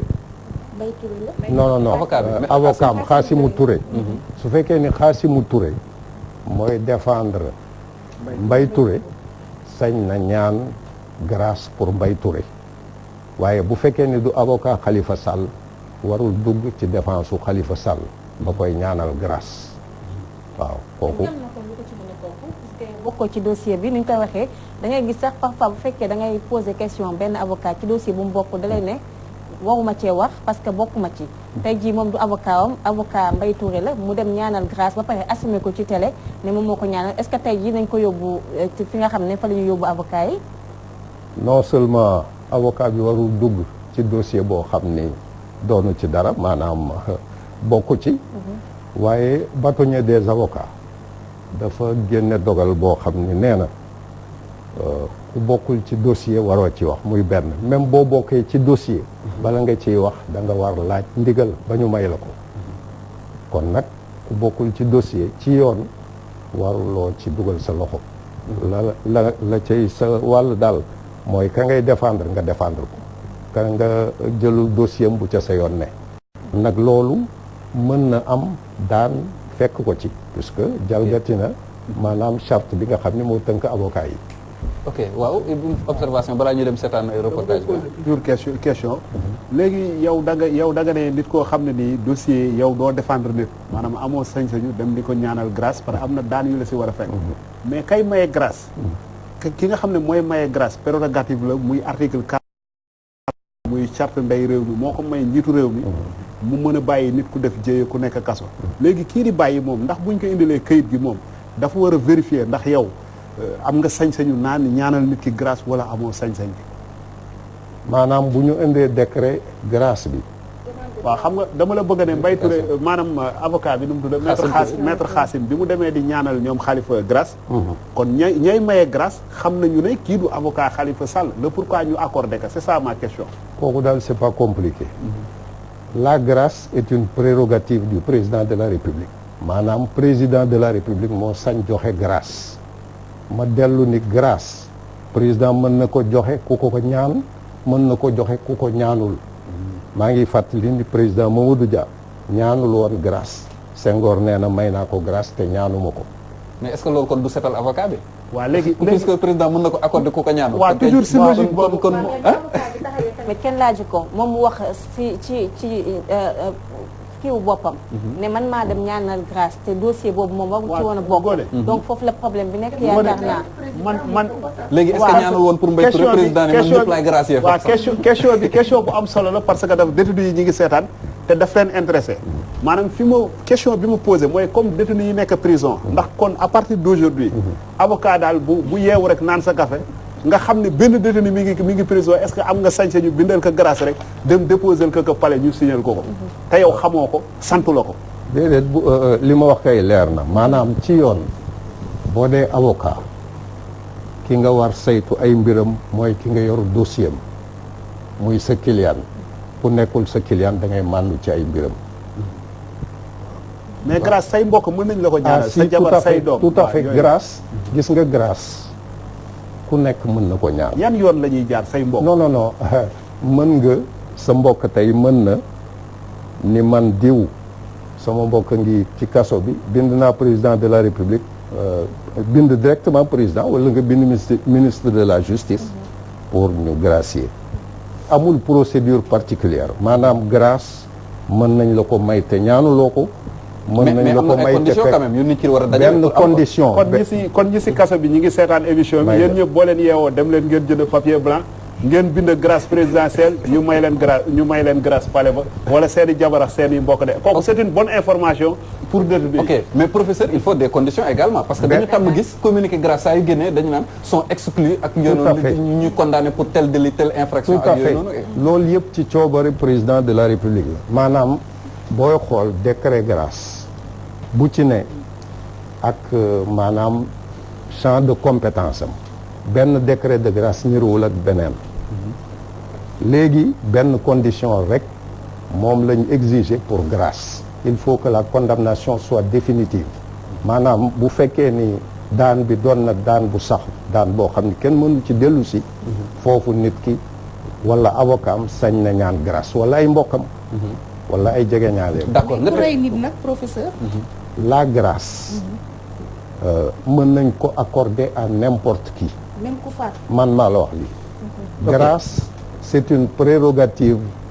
discrétionnaire du chef de l'État. ku rey nit sax président mën na yeewu suba ni gracier naa la. ok professeur léegi ci say kaddu yaa ngi wax ni grâce balaa ñu la koy may il faut que maanaam acte bi yëpp jeex la procédure soit définitive. kon léegi yow naka nga gisee li nga xam ne moom moo amoon ci kaw Wuri Diallo bañ koy gracier atte guñ ko woon en appel. donc léegi yow dogalu njiitu réew boobu naka nga koy analyser yow. xam nga njiitu réew mi aussi maanaam dafa am ñoo xam ne dañ koy jàppale ci liggéey moom même bu doonee njiitu réew mi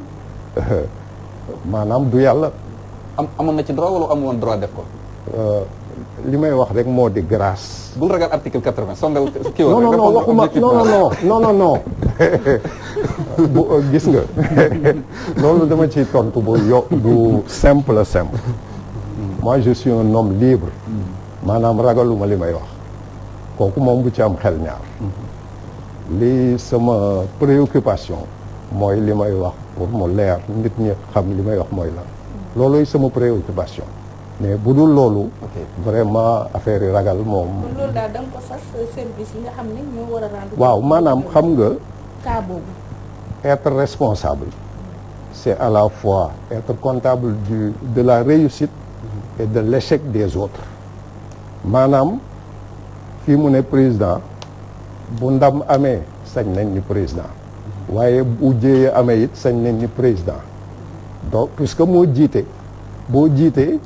dina am yoo xam ni mën nañ la ni yaa ko def te fekk doonoo ci dara mën na am ni yaa ko def it donc maanaam njuumte gi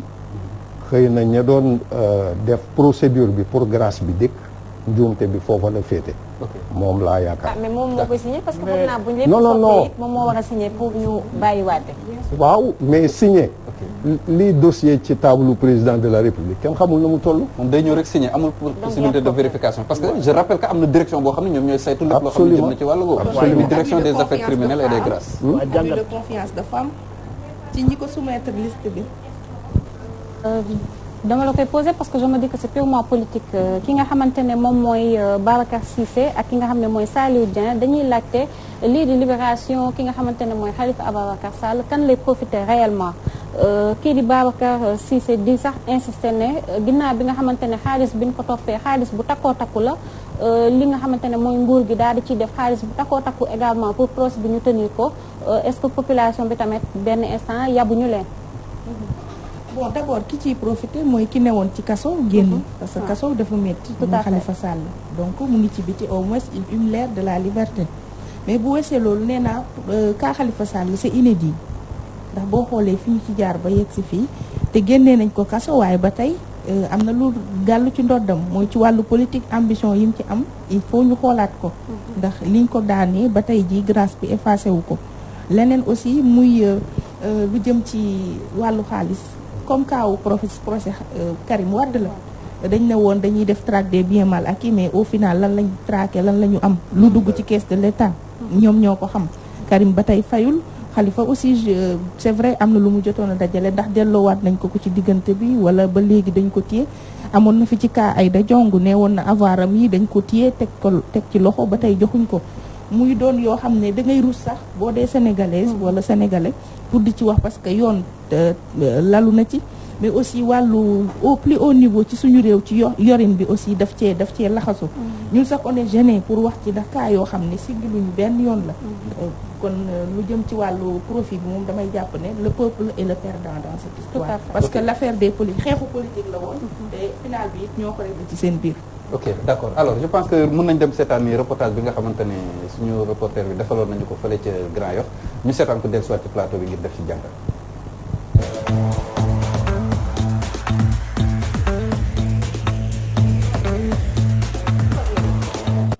ñi am mbégte tey nekk fii diwaanu Grand Yoff ku wax Grand Yoff xel dem ci Khalifa Sall ñëpp xam nañ ni berki démb Khalifa Sall ci la génn kaso par grâce présidentielle article 47 de la constitution ba tax na tey équipe balance Walfadjri ñëw fii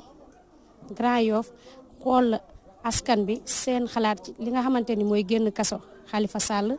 ñu wax ñu aussi avenir politique gu Khalifa Sall wax ñu aussi ban njàkkare lañ am ci génn Khalifa Sall maanaam li tax ñu bàyyi ko amende boobu nga xamante ni 5 millions ak 1 milliard 800 millions loolu tey jii bu ko fayul est-ce que leneen mënu ko si fekkaat ba mu delluwaat kaso maanaam li dal Tahibou Socé contrainte par corps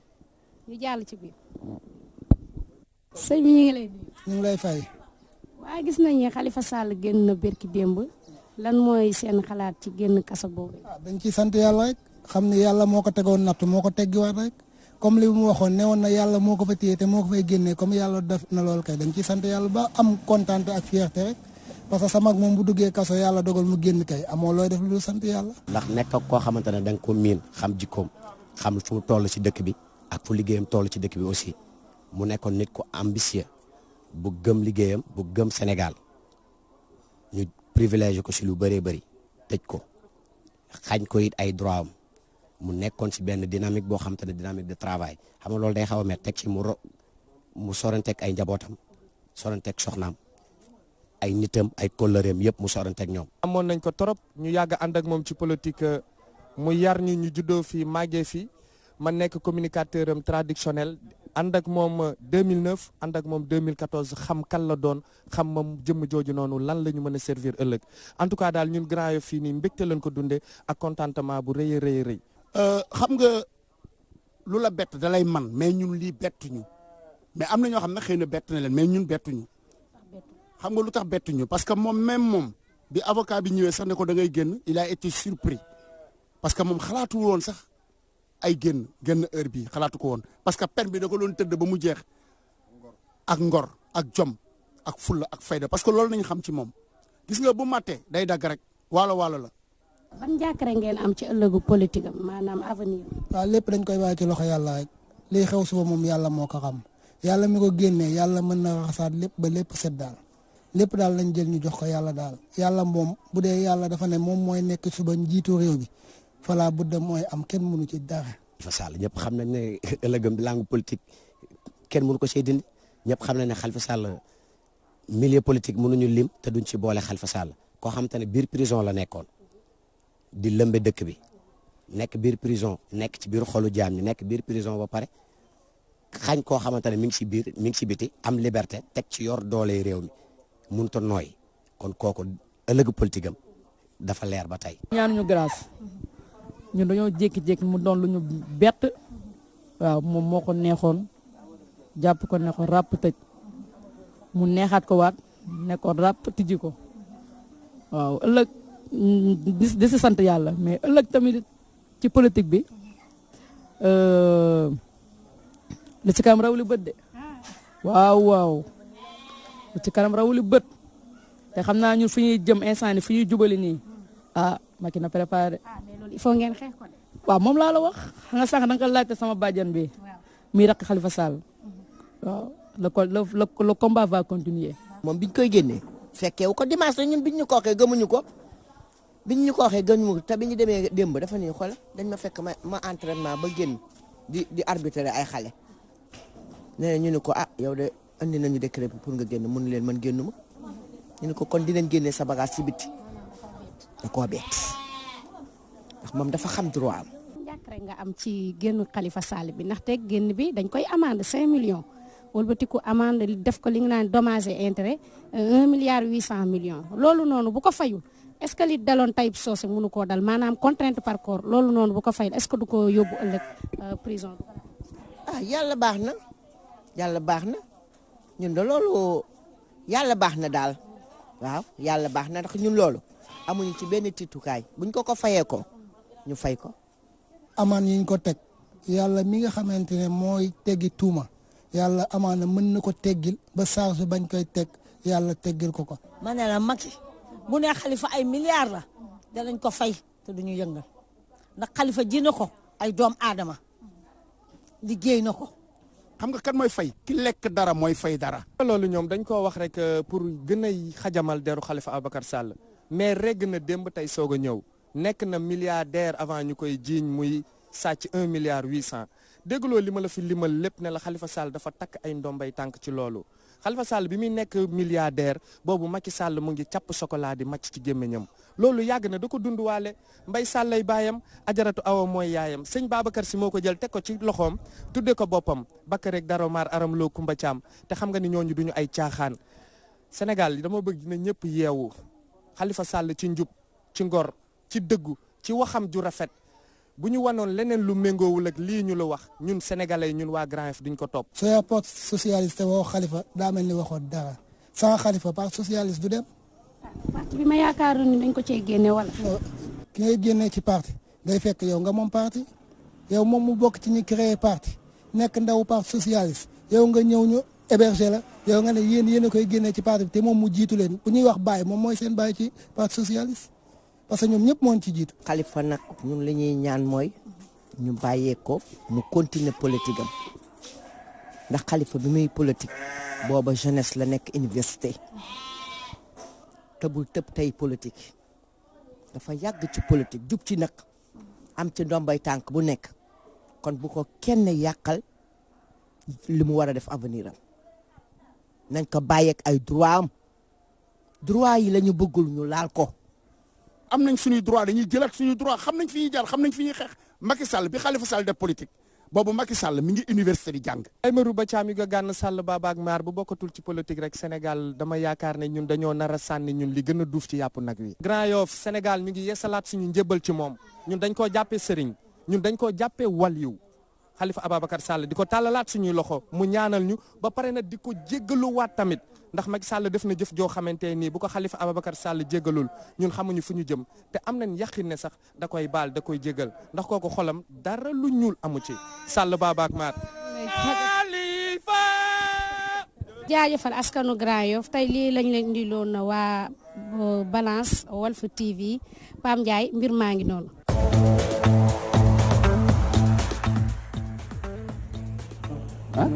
voilà donc mu nekkoon li nga xamante moom mooy waa askanu Grand Yoff seen xel ak xalaat bi nga xam ne yëkkati nañ ko ci li nga xamante ni moom moo amoon foofu alors pour ñi nga xamante ne dañuy laajte référence yi bu dee le délit de détournement de deniers publics article 152 code pénal moo ko prévoir la peine est comprise entre 5 et 10 ans amende de 20 000 francs à 5 millions confiscation de tous les biens du condamné également c'est possible.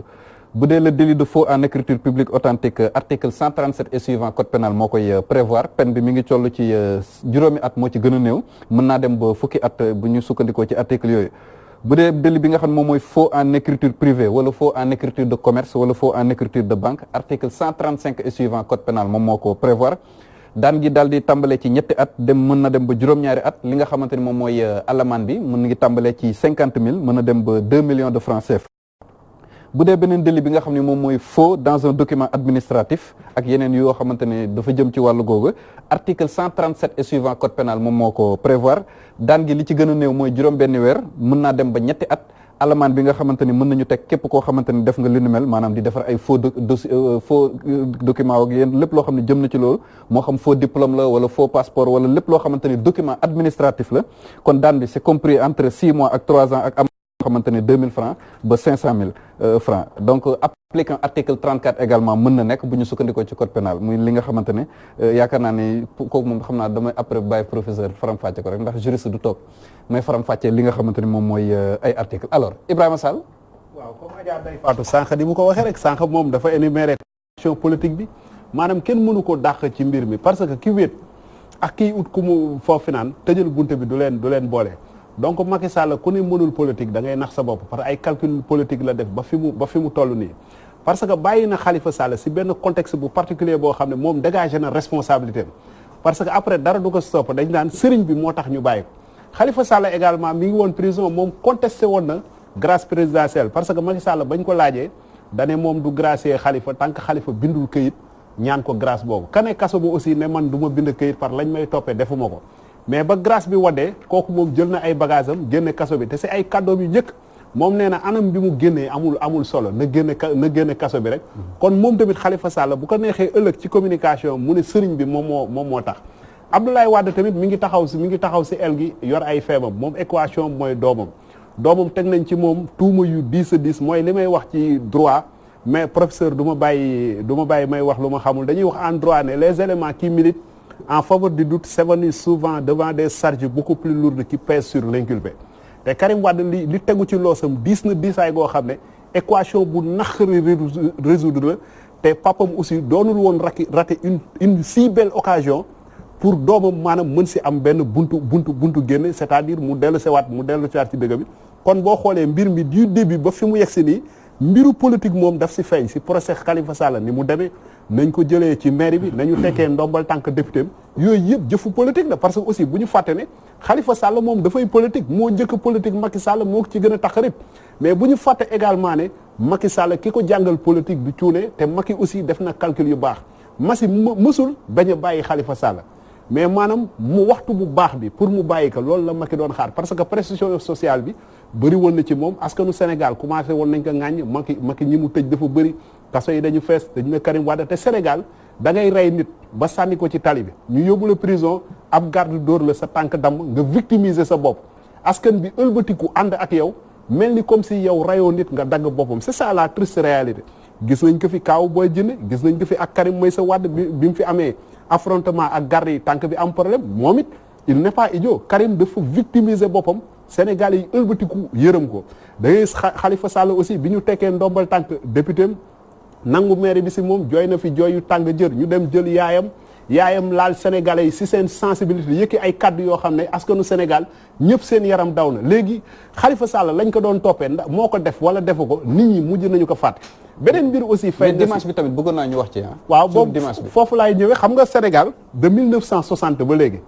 kenn mësul gis ñu gracier ñu bàyyi nit prison waxuma sa grâce bésu samedi ak dimanche samedi day rare mais dimanche de 1960 ba léegi je défie quiconque que ce soit administration pénitentiaire ñu ngi seetaan xel xalaatul ñuy bàyyi détenu si kaso détenu prison sa papier libérable mooy këyit bi nga xam ne mooy tax nga ñibbi dañu koy indi d'expiration dañu koy indi vendredi lañ koy indi détenu bi sax day feebar danaan woy sama ndey man de lundi rek laay ñibbi parce que weekend bi ña nga xam ne ñooy defar këyit dañuy wàcc personnel bii di garder ñooy def si prison bi lan moo tax ñu tànn ci bésu dimanche bàyyi ko kooku c'est une question Karim Wade aussi boo leen xoolee de 1960 ba léegi man gisaguma ku ñu gracier tegal la avion directeur de l'administration pénitentiaire muy le colonel Daouda Diop ak état-major am gunge la ba aéroport nga jël avion loolu mësul am Sénégal donc kon mbiru politique bi ñuy wax chaque jour dafay feeñ si mbir bi feeñ na ci anam yi nga xam ne Macky Sall toog na palais naan na kafem bind na këyitam parce que article 47 moom moo ko may mu gracier ko xoolul dimanche la xoolul lundi la parce que occasion bi rafet na rafetaay boo xam ne après après Massalikul maanaam c'est-à-dire après Massalikul Jinaan fallait que Macky Sall dans l'immédiat Sénégalais yëpp commentaires yi ci oto yi ci njaganjaay yi ci marché yi lan la Sénégalais yi doon wax Macky de dina bàyyi Khalifa Sall dina bàyyi Karim Wade Macky dina bàyyi Khalifa Sall dina bàyyi Macky Sall évidemment ko doful am na ay services de renseignement généraux dafay def ay calcul politique Macky Sall aussi occasion bi rafet na rafetaay goo xam ne maanaam bi mu bàyyee Khalifa Sall wàññi na mer gi ko ñenn ñi mere woon te bu bàyyee Karim Wade dafay marqué ay points de plus léegi par sénégalais yi mere bi ñu ko mere woon dafay wàññeeku quelque part kon da ngay gis ne mbiru politique bi daf siy feeñ Khalifa Sall bi ñu ko bàyyee lan la def jëlul ay bagage am de dem kër yaayam tëdd nelaw mais dafa génn rek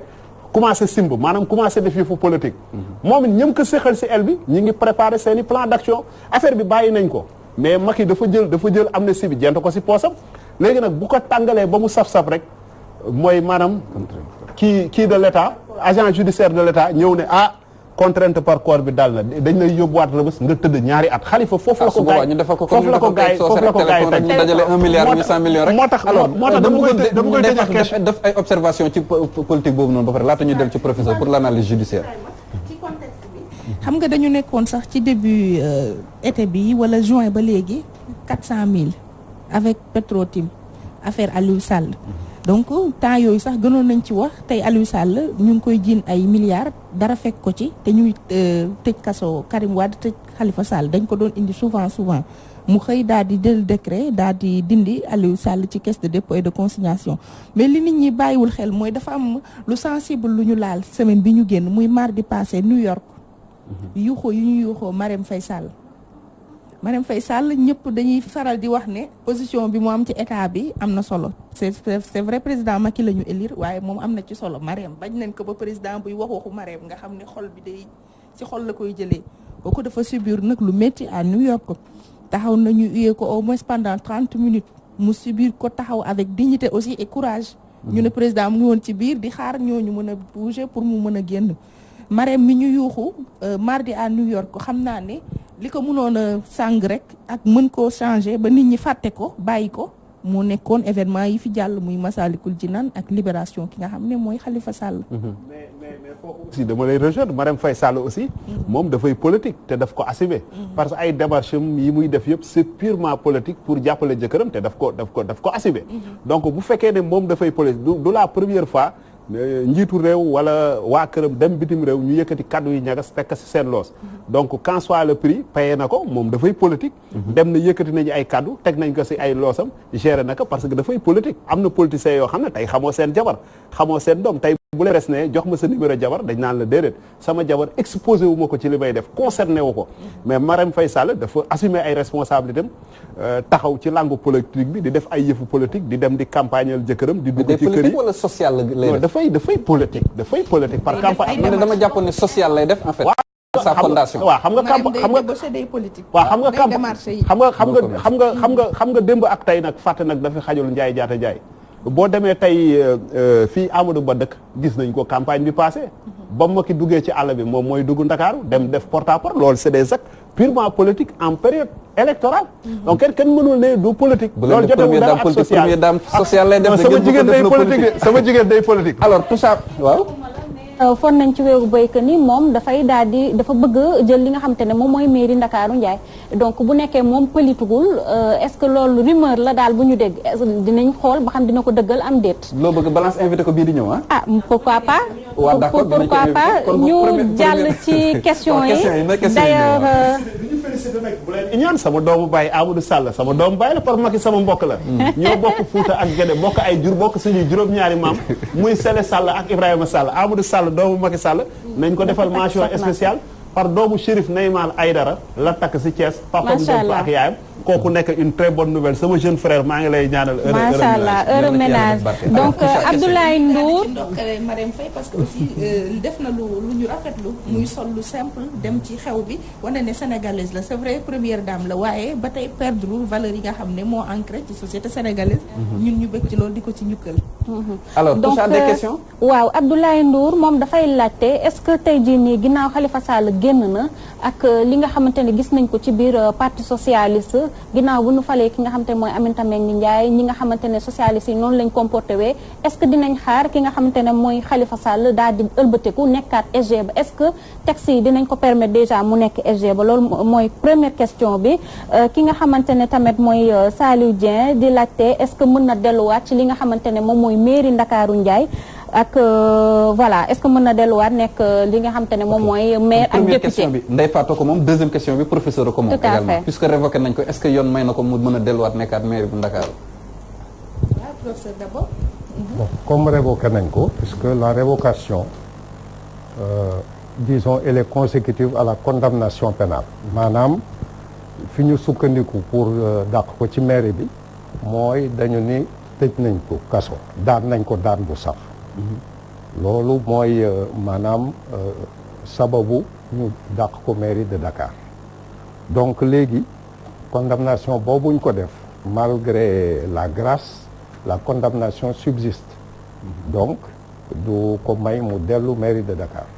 waaw bu dee tamit ci wàllu politique tout ça Khalifa Sall bu ngeen fàttalikoo après événement yi amoon mars 2017 parti socialiste affaire xëpp suuf yeeg ñoom seen ak aussi lu jëm ci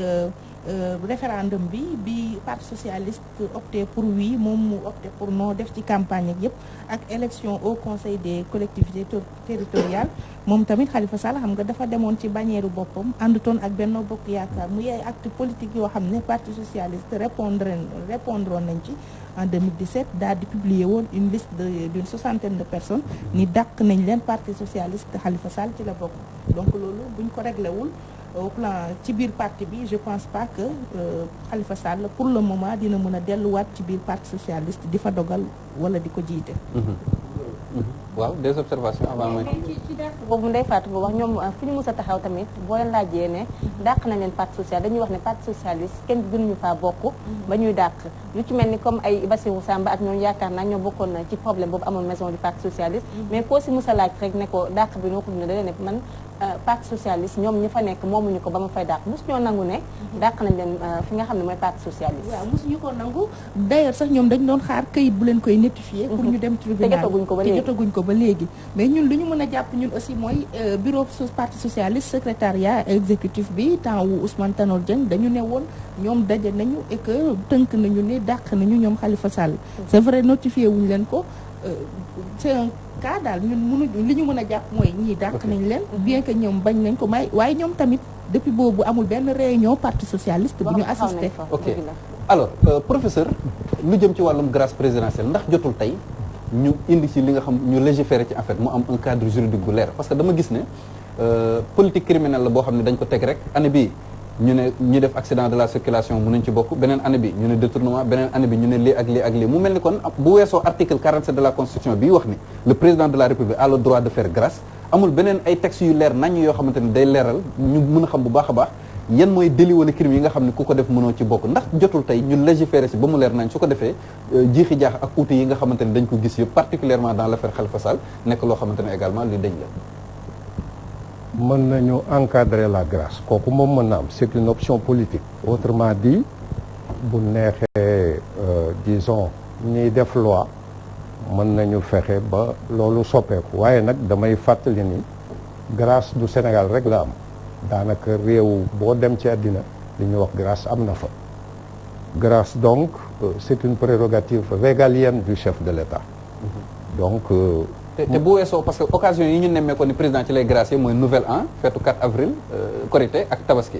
donc en dehors de ces 4 événements là président ci yeneen événement de manière particulière mën na gracier comme ni ñu ko nemmee ko ci kaaw Khalifa Sall ak Karim Wade maanaam grâce mën na dikk ci waxtu wu ne du question fête de l'indépendance wala ñu fal président bu bees ak yooyu déedéet grâce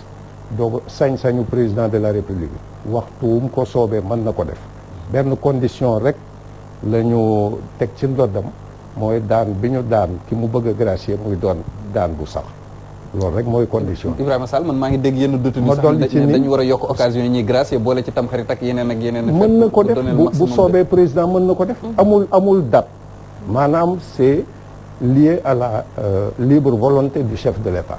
maanaam encore une fois ñun dañuy rafetlu rek bàyyi bi nga xam ne bàyyi nañ ko Khalifa Ababacar Sall te xam ne kuréel gi ma jiite yàgg na aussi ñuy mener le combat pour ñu bàyyi ko mais li ñuy seetlu encore une fois mooy 2 poids 2 mesures boobu noonu nga xam ne dañ koy def parce que aussi dëgg rek la yàlla bëgg te dëgg googu moom la ñuy wax am na ci kaso bi ñoo xam ne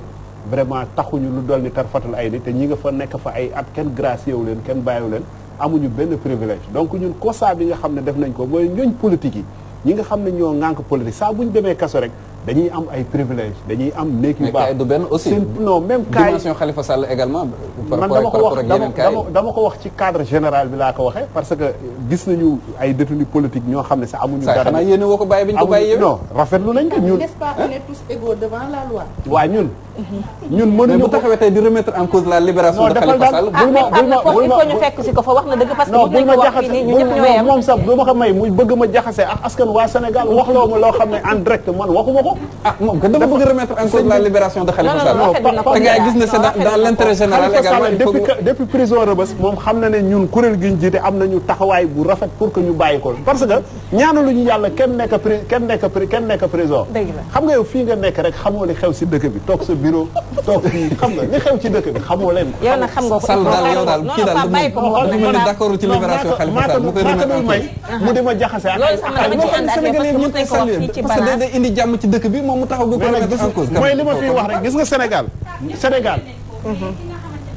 dañ ko tëjee ak ki nga xamante ne ay milliards lañ ko tëjee dañu war a bokk àtte pour man ñoo war a bokk yem warul am privilège boo xamante ne dañ koy defal kii bàyyi kële Ablaye Cissé yàlla na ko yàlla yërëm te leeral ba mel moom mii xam na ko nit ku wéri di la woon ku nekkoon prison camp pénal gannaaw juróom-ñaari at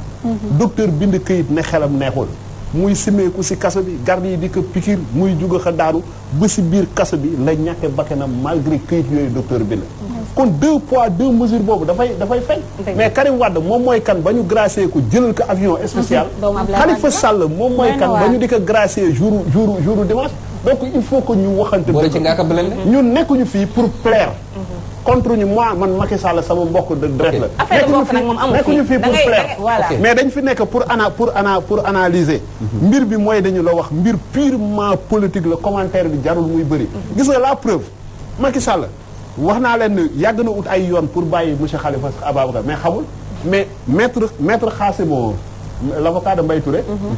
maître Khassim Touré moom moo wax en direct TFM mu ne Macky Sall woo na ko.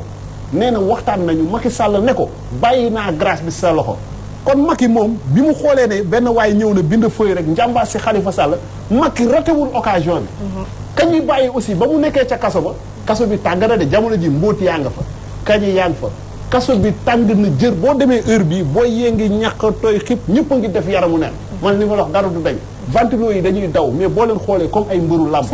du ñu nelaw dañuy tàncaloo bu suba teel Khalifa Sall fa mu nekk xam nga dañuy wax ne confort am na fa benn confort amu fa dama ne kaso même buñ la tegaloon jabar tegal la lal tegal la armoire man def naa 2 ans 18 jours Rebeuss te man détenu yi ñi ngi may seetaan man mosuma tëdd ay paquetage secteur VIP laa nekkoon. ñi ngi may seetaan mi ngi noonu kon xam nga. non dafa ndànk non damay dëggal malgré man confort boobu ma amoon biir prison nga xam ne man tàncalawu ma malgré confort boobu ma amoon biir prison privilège bu détenu di am naa ko ci biir prison bi mais malgré loolu sama xol mësut a neex da ngay jooy suba jooy ngoon xalaat sa yaay xalaat sa baab ñibbi rek ngay bëgg kon Khalifa Sall kenn du ne ko occasion bu rafet a ngi nii mu fay ne di xaar bañ ko waxee jël na ay ñetti abdoom ba mu génnee yéeg na ci otoom parce que namoon na politique def na yëfu politique def na caravane bu saf-saf wane ne man politicien la Macky Sall aussi Macky Sall lépp luñ ko mën a waxal Macky Sall ku ne cuune la si politique yaa ngi nelaw Macky Sall mooy le plus grand politicien de sa génération ay actes yi mu posé si politique wane na ko ci mbiru Karim Wade mbirum Cheikh Béthio Thioune kan moo xalaatoon fii Sénégal nit jàpp Serigne Béthio yàlla na yàlla yokk leeram yóbbu ko prison kan moo fi xalaatoon nit jàpp doomu Ablaye Wade ji mu bëgg si xolam yóbbu ko kaso Serigne si ñaan ñëpp wax Macky Sall nit ku dëgër la ci bopp mentalement bopp bi dafa baax Khalifa Sall Serigne ñëpp xam nañ ormo bi nga xam ne Sénégal am moi je suis mouride am nañu ko si Serigne ba nga xam ne Serigne bu la ñaanee rek da ngay sede si saasi mais Macky Sall depuis combien d'années Serigne si ñaan nañ ko guddi bëccëg Macky Sall taxaw fi loolu lay wane Macky Sall du cuune léegi nag bi mu demee ba bëgg ko bàyyi Macky Sall ratewul occasion bi maanaam Serigne bi dafa ñëw def ci baatin yombalal leen mbir mi ñoom ñëpp kenn ratewul occasion bi Ablaye ngi doon ñoom ñoo gënoon yàkkamti sax inauguration Massalikul Jinaan ñoo ko gënoon yàkkamti sax d'accord merci beaucoup Ibrahima Sall des observations après ñu def tour de table bu dee amul beneen question bu mais moo tax sax foofu Pape Ibrahima comme nga ne président Macky bopp bi dafa baax ñun aussi suñ bopp xam naa taxu ko bon noonu comme am na yum ñu jot a may yoxamal na buum bi ci Khalifa Sall jugoon naak président Ablaye Wade man léegi li may laaj mooy lan lay xaar ci Sénégal parce que moom normalement dernier mandat la nekk ci ni mu ko waxee ak ni mu ci tënkoo woon est-ce que day laajaat 2024 ou pas moom war na def ay élections locales 2020 ndax da koy reporter ou pas war na def ay élections législatives en 2022 caisse de l'État nee nañu am nañ problème de trésorerie niveau de vie bi coût de la vie nee nañu war na mun a flamber parce que subventions yi war nañ ko wàññi gis ngeen tarif douanier yi li nga xamante ne ñii di commerçant yi ñu ngi ko ciy ñaawlu ak di ko ñaxtu est-ce que président Macky Sall amul lu muy xaar ci peuple sénégalais en échange ci cadeau du Noël wala cadeau nawet yi nga xam ne jox nañu ko en tout cas ay laaj la boo xamante ne dafa samp du ñàkk dinañ ci am ay réponses pour indi ko foofu dernière observation avant tour de table Macky dafa am fit te yokkewul te fii laa ko wax non sama doomu baay la nag sama mbokk direct la Macky fii laa ko toog wax Macky bu yeewoo laaj 3e mandat bu mu bett benn Sénégalais parce que Macky dafa yokk kokkuwul man dama ko fansal Macky Sall d'accord léegi ñu laaj ko professeur la question du 3e mandat pour terminer sama gis-gis daal le président de la République a été élu bi ko constitution bi ñu koy fal constitution bi dafa prévoir woon 2 mandats de 5 ans 2 mandats constitution bi ko fal mooy constitution bi fii Ablaye Wade indi constitution boobu dafa doon prévoir ni président de la République mënul am lu ëpp 2 mandat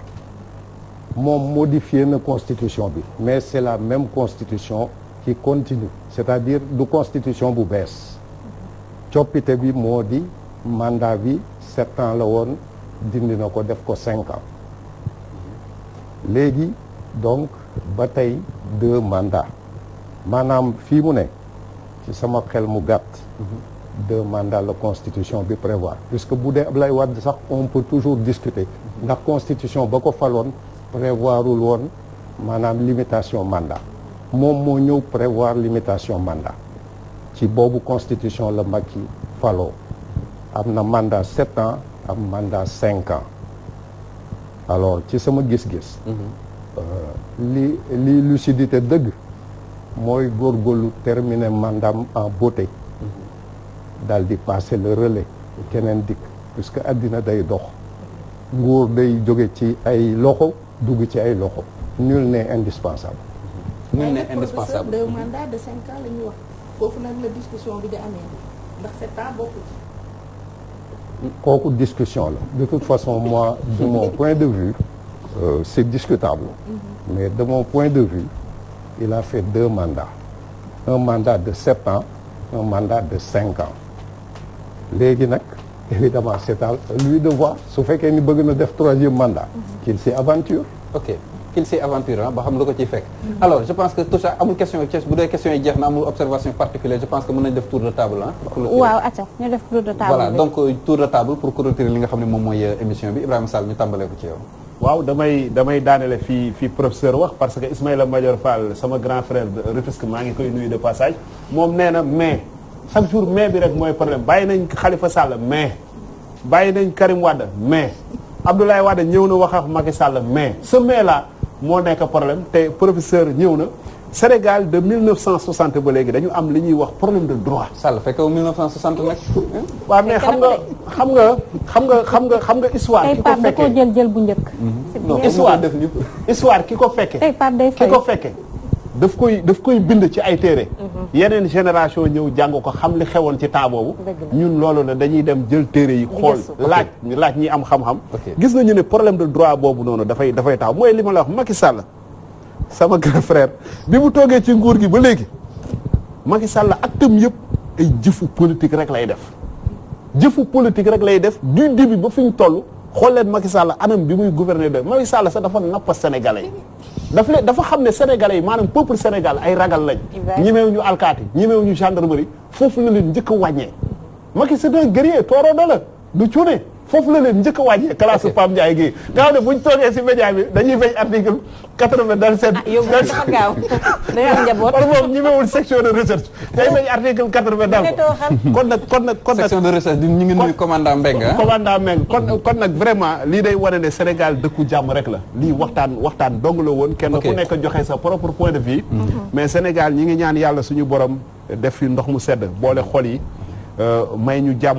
xol may ñu jàmm àdduna ak alaxira naatal dëkk bi yéene bu rafet bi nga xam ne njiitu réew bi am na ko ci dëkk bi suñu borom may ko mu yeggali ko dem ak jàmm ak salaam ki koy wuuti aussi bu ñëwee mu yeggali loolu ñu ngi jaajëfal encore une fois taxawaay bi nga xam ne le calife général des mourides am na ko wax naa ne l'islam am na ndam ndax keroog ku ñëw ndakaaru rek ngay tiijaan ngay laayeen ngay chrétien vraiment am na loo xam ne yëg nga ko sa xol parce que bu ñu demee ba suñu mbokku chrétiens yi tijji seen église nekkaay leen ngeen jaamu fi yàlla kon loolu nekk na loo xam ne lu rëy la loolu wane na ne Sénégal tey mën nañu ko roy ci anam yu bëri dëkk bi tey politiciens yi bu ñu leen jaxase yéen sénégalais yi ndax tey jii ñoom ñooy xuloo xasante si ay plateau suba nga dem seen kër ñu invité reer tuddante ay doom di séq ay teranga donc mbiru politique la bu jeexee dañuy delluwaat ci société bi ku fi am dëj dañu lay jaale ku fi am naxar dañuy dem teew kon ñoo bokk ndey ñoo bokk baay maa ngi nuyu sama grand frère Ibrahima Sall bi Macky Sall fal ancien ministre du plan. ok surtout Alaaji Ibrahima Sall ak grand chef. merci beaucoup Ibrahima Sall waaw Ngoné. waaw Pape ñu ngi leen di jaajëfal comme ni ñu ko waxee léegi rek mbir boo koy def yaakaar naa doo ko def muy demi mesure. tey jii bu ñu bàyyee Khalifa Sall ba ñëpp ne jàmm am na bu ñu ko amnistie yaakaar naa ci lay gën a neex parce que ak nu ñu ko munti wax analyse politique yi ak ñi nga xam ne ñoo féeteeg moom ñëpp dañoo lal ne mbir mi politique dong moo ko laloon du début jusqu'à la fin parce que mennum Khalifa Sall la ñu gis ci benn atu yàlla ñu condamné la première instance yóbbu la cour d'appel yóbbu la cour suprême dindi sa malaan kiiraay lépp loo xam ne CEDEAO sax joxoon nañ la ko te ci ñun la bokk ñu daal di koy bañ jàpp nañu ne ñoom politique moo ko lal te am na it ñu féete ci ñoom ñoo xam ne nee nañu Khalifa Sall mu leen di neex mu leen di naqat dafay doon candidat ndax tax jàpp nañu ne lii du grâce ku ci mel ni Barthélémy Dias maa ngi ko nee na lii du grâce farce la parce que tey jii président Macky Sall libéré wu Khalifa Sall waaye boppam la libéré ndax dafay nekkoon di tëj rek ba loolu nag moo nekkoon ci conscience am ba tey jii moo tax mu bàyyi ki nga xam ne moom mooy Khalifa Sall donc daal pour yëf yi gën a neex yaakaar naa bu ñu ko amnistier jàmm dina gën a am bàyyiwaat ko mu ñëw ci langue politique gi bu fekkee ñeme nañ ko ñu daal di nag ku ne xaalis sa géew rek fu waaye xam féete ku fa waay xam féete merci beaucoup Ngoné Ndeye Fatou. waaw Pape xanaa di associé wu rek ci ñoom yi ñu wax waaye bëggoon a interpeller comme ci plateau balance la ñu nekk monde de la justice parce que lii am ci dossier Khalifa Sall man ñi nekk ci yoon laa ci interpellé am na ci teq-teq yoo xam ne nemmeeku nañ ko ci rawatina règlement 5 bu UEMOA bi ñu nangul ko Thione Seck bañal ko Khalifa Sall muy yoo xamante ne dama ci interpellé la magistrature sénégalaise les hommes passent mais les institutions demeurent suñu bànkaasu réew mi moom la ñu am pour mën a équilibrer suñu nekkin entre ñun yoon nag dañu cee am yaakaar lu bëree bëri ak acteurs politiques yi c'est vrai seen bëgg-bëgg la ñu am mais ñun ñu ngi xaar ci yoon des fois ñuy résister di doxal li nga xam ne mooy suñuy texte li nga xam ne moo ñu régime parce que suñu stabilité dafa bokk ci ni yoon war a tëralee suñu nekkin ñu ngi leen ci interpeller encore une fois cette fois-ci politique dem na ba sori lool ci mbiru Khalifa Sall te yoon moo ko may lu ni mel te yoon moo ko may lu ni mel di ko jaajëfal bu baax a baax moom Ndeye Fatou nekk journaliste spécialisé sur les questions politiques Toucha yow tamit ñu bàyyi la nga def sa waaw Pape man de pour man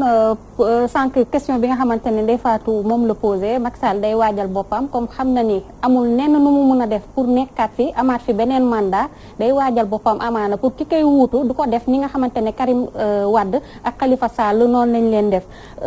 Ngoné sànq mu ngi woo waxi amnistie ki nga xamante ne moom mooy président wu club des leaders pour la démocratie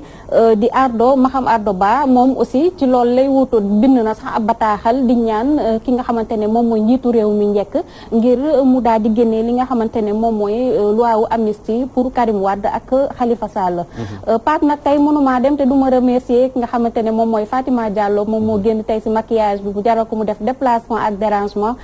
aw ma fayam ak ki nga xamante ne moom mooy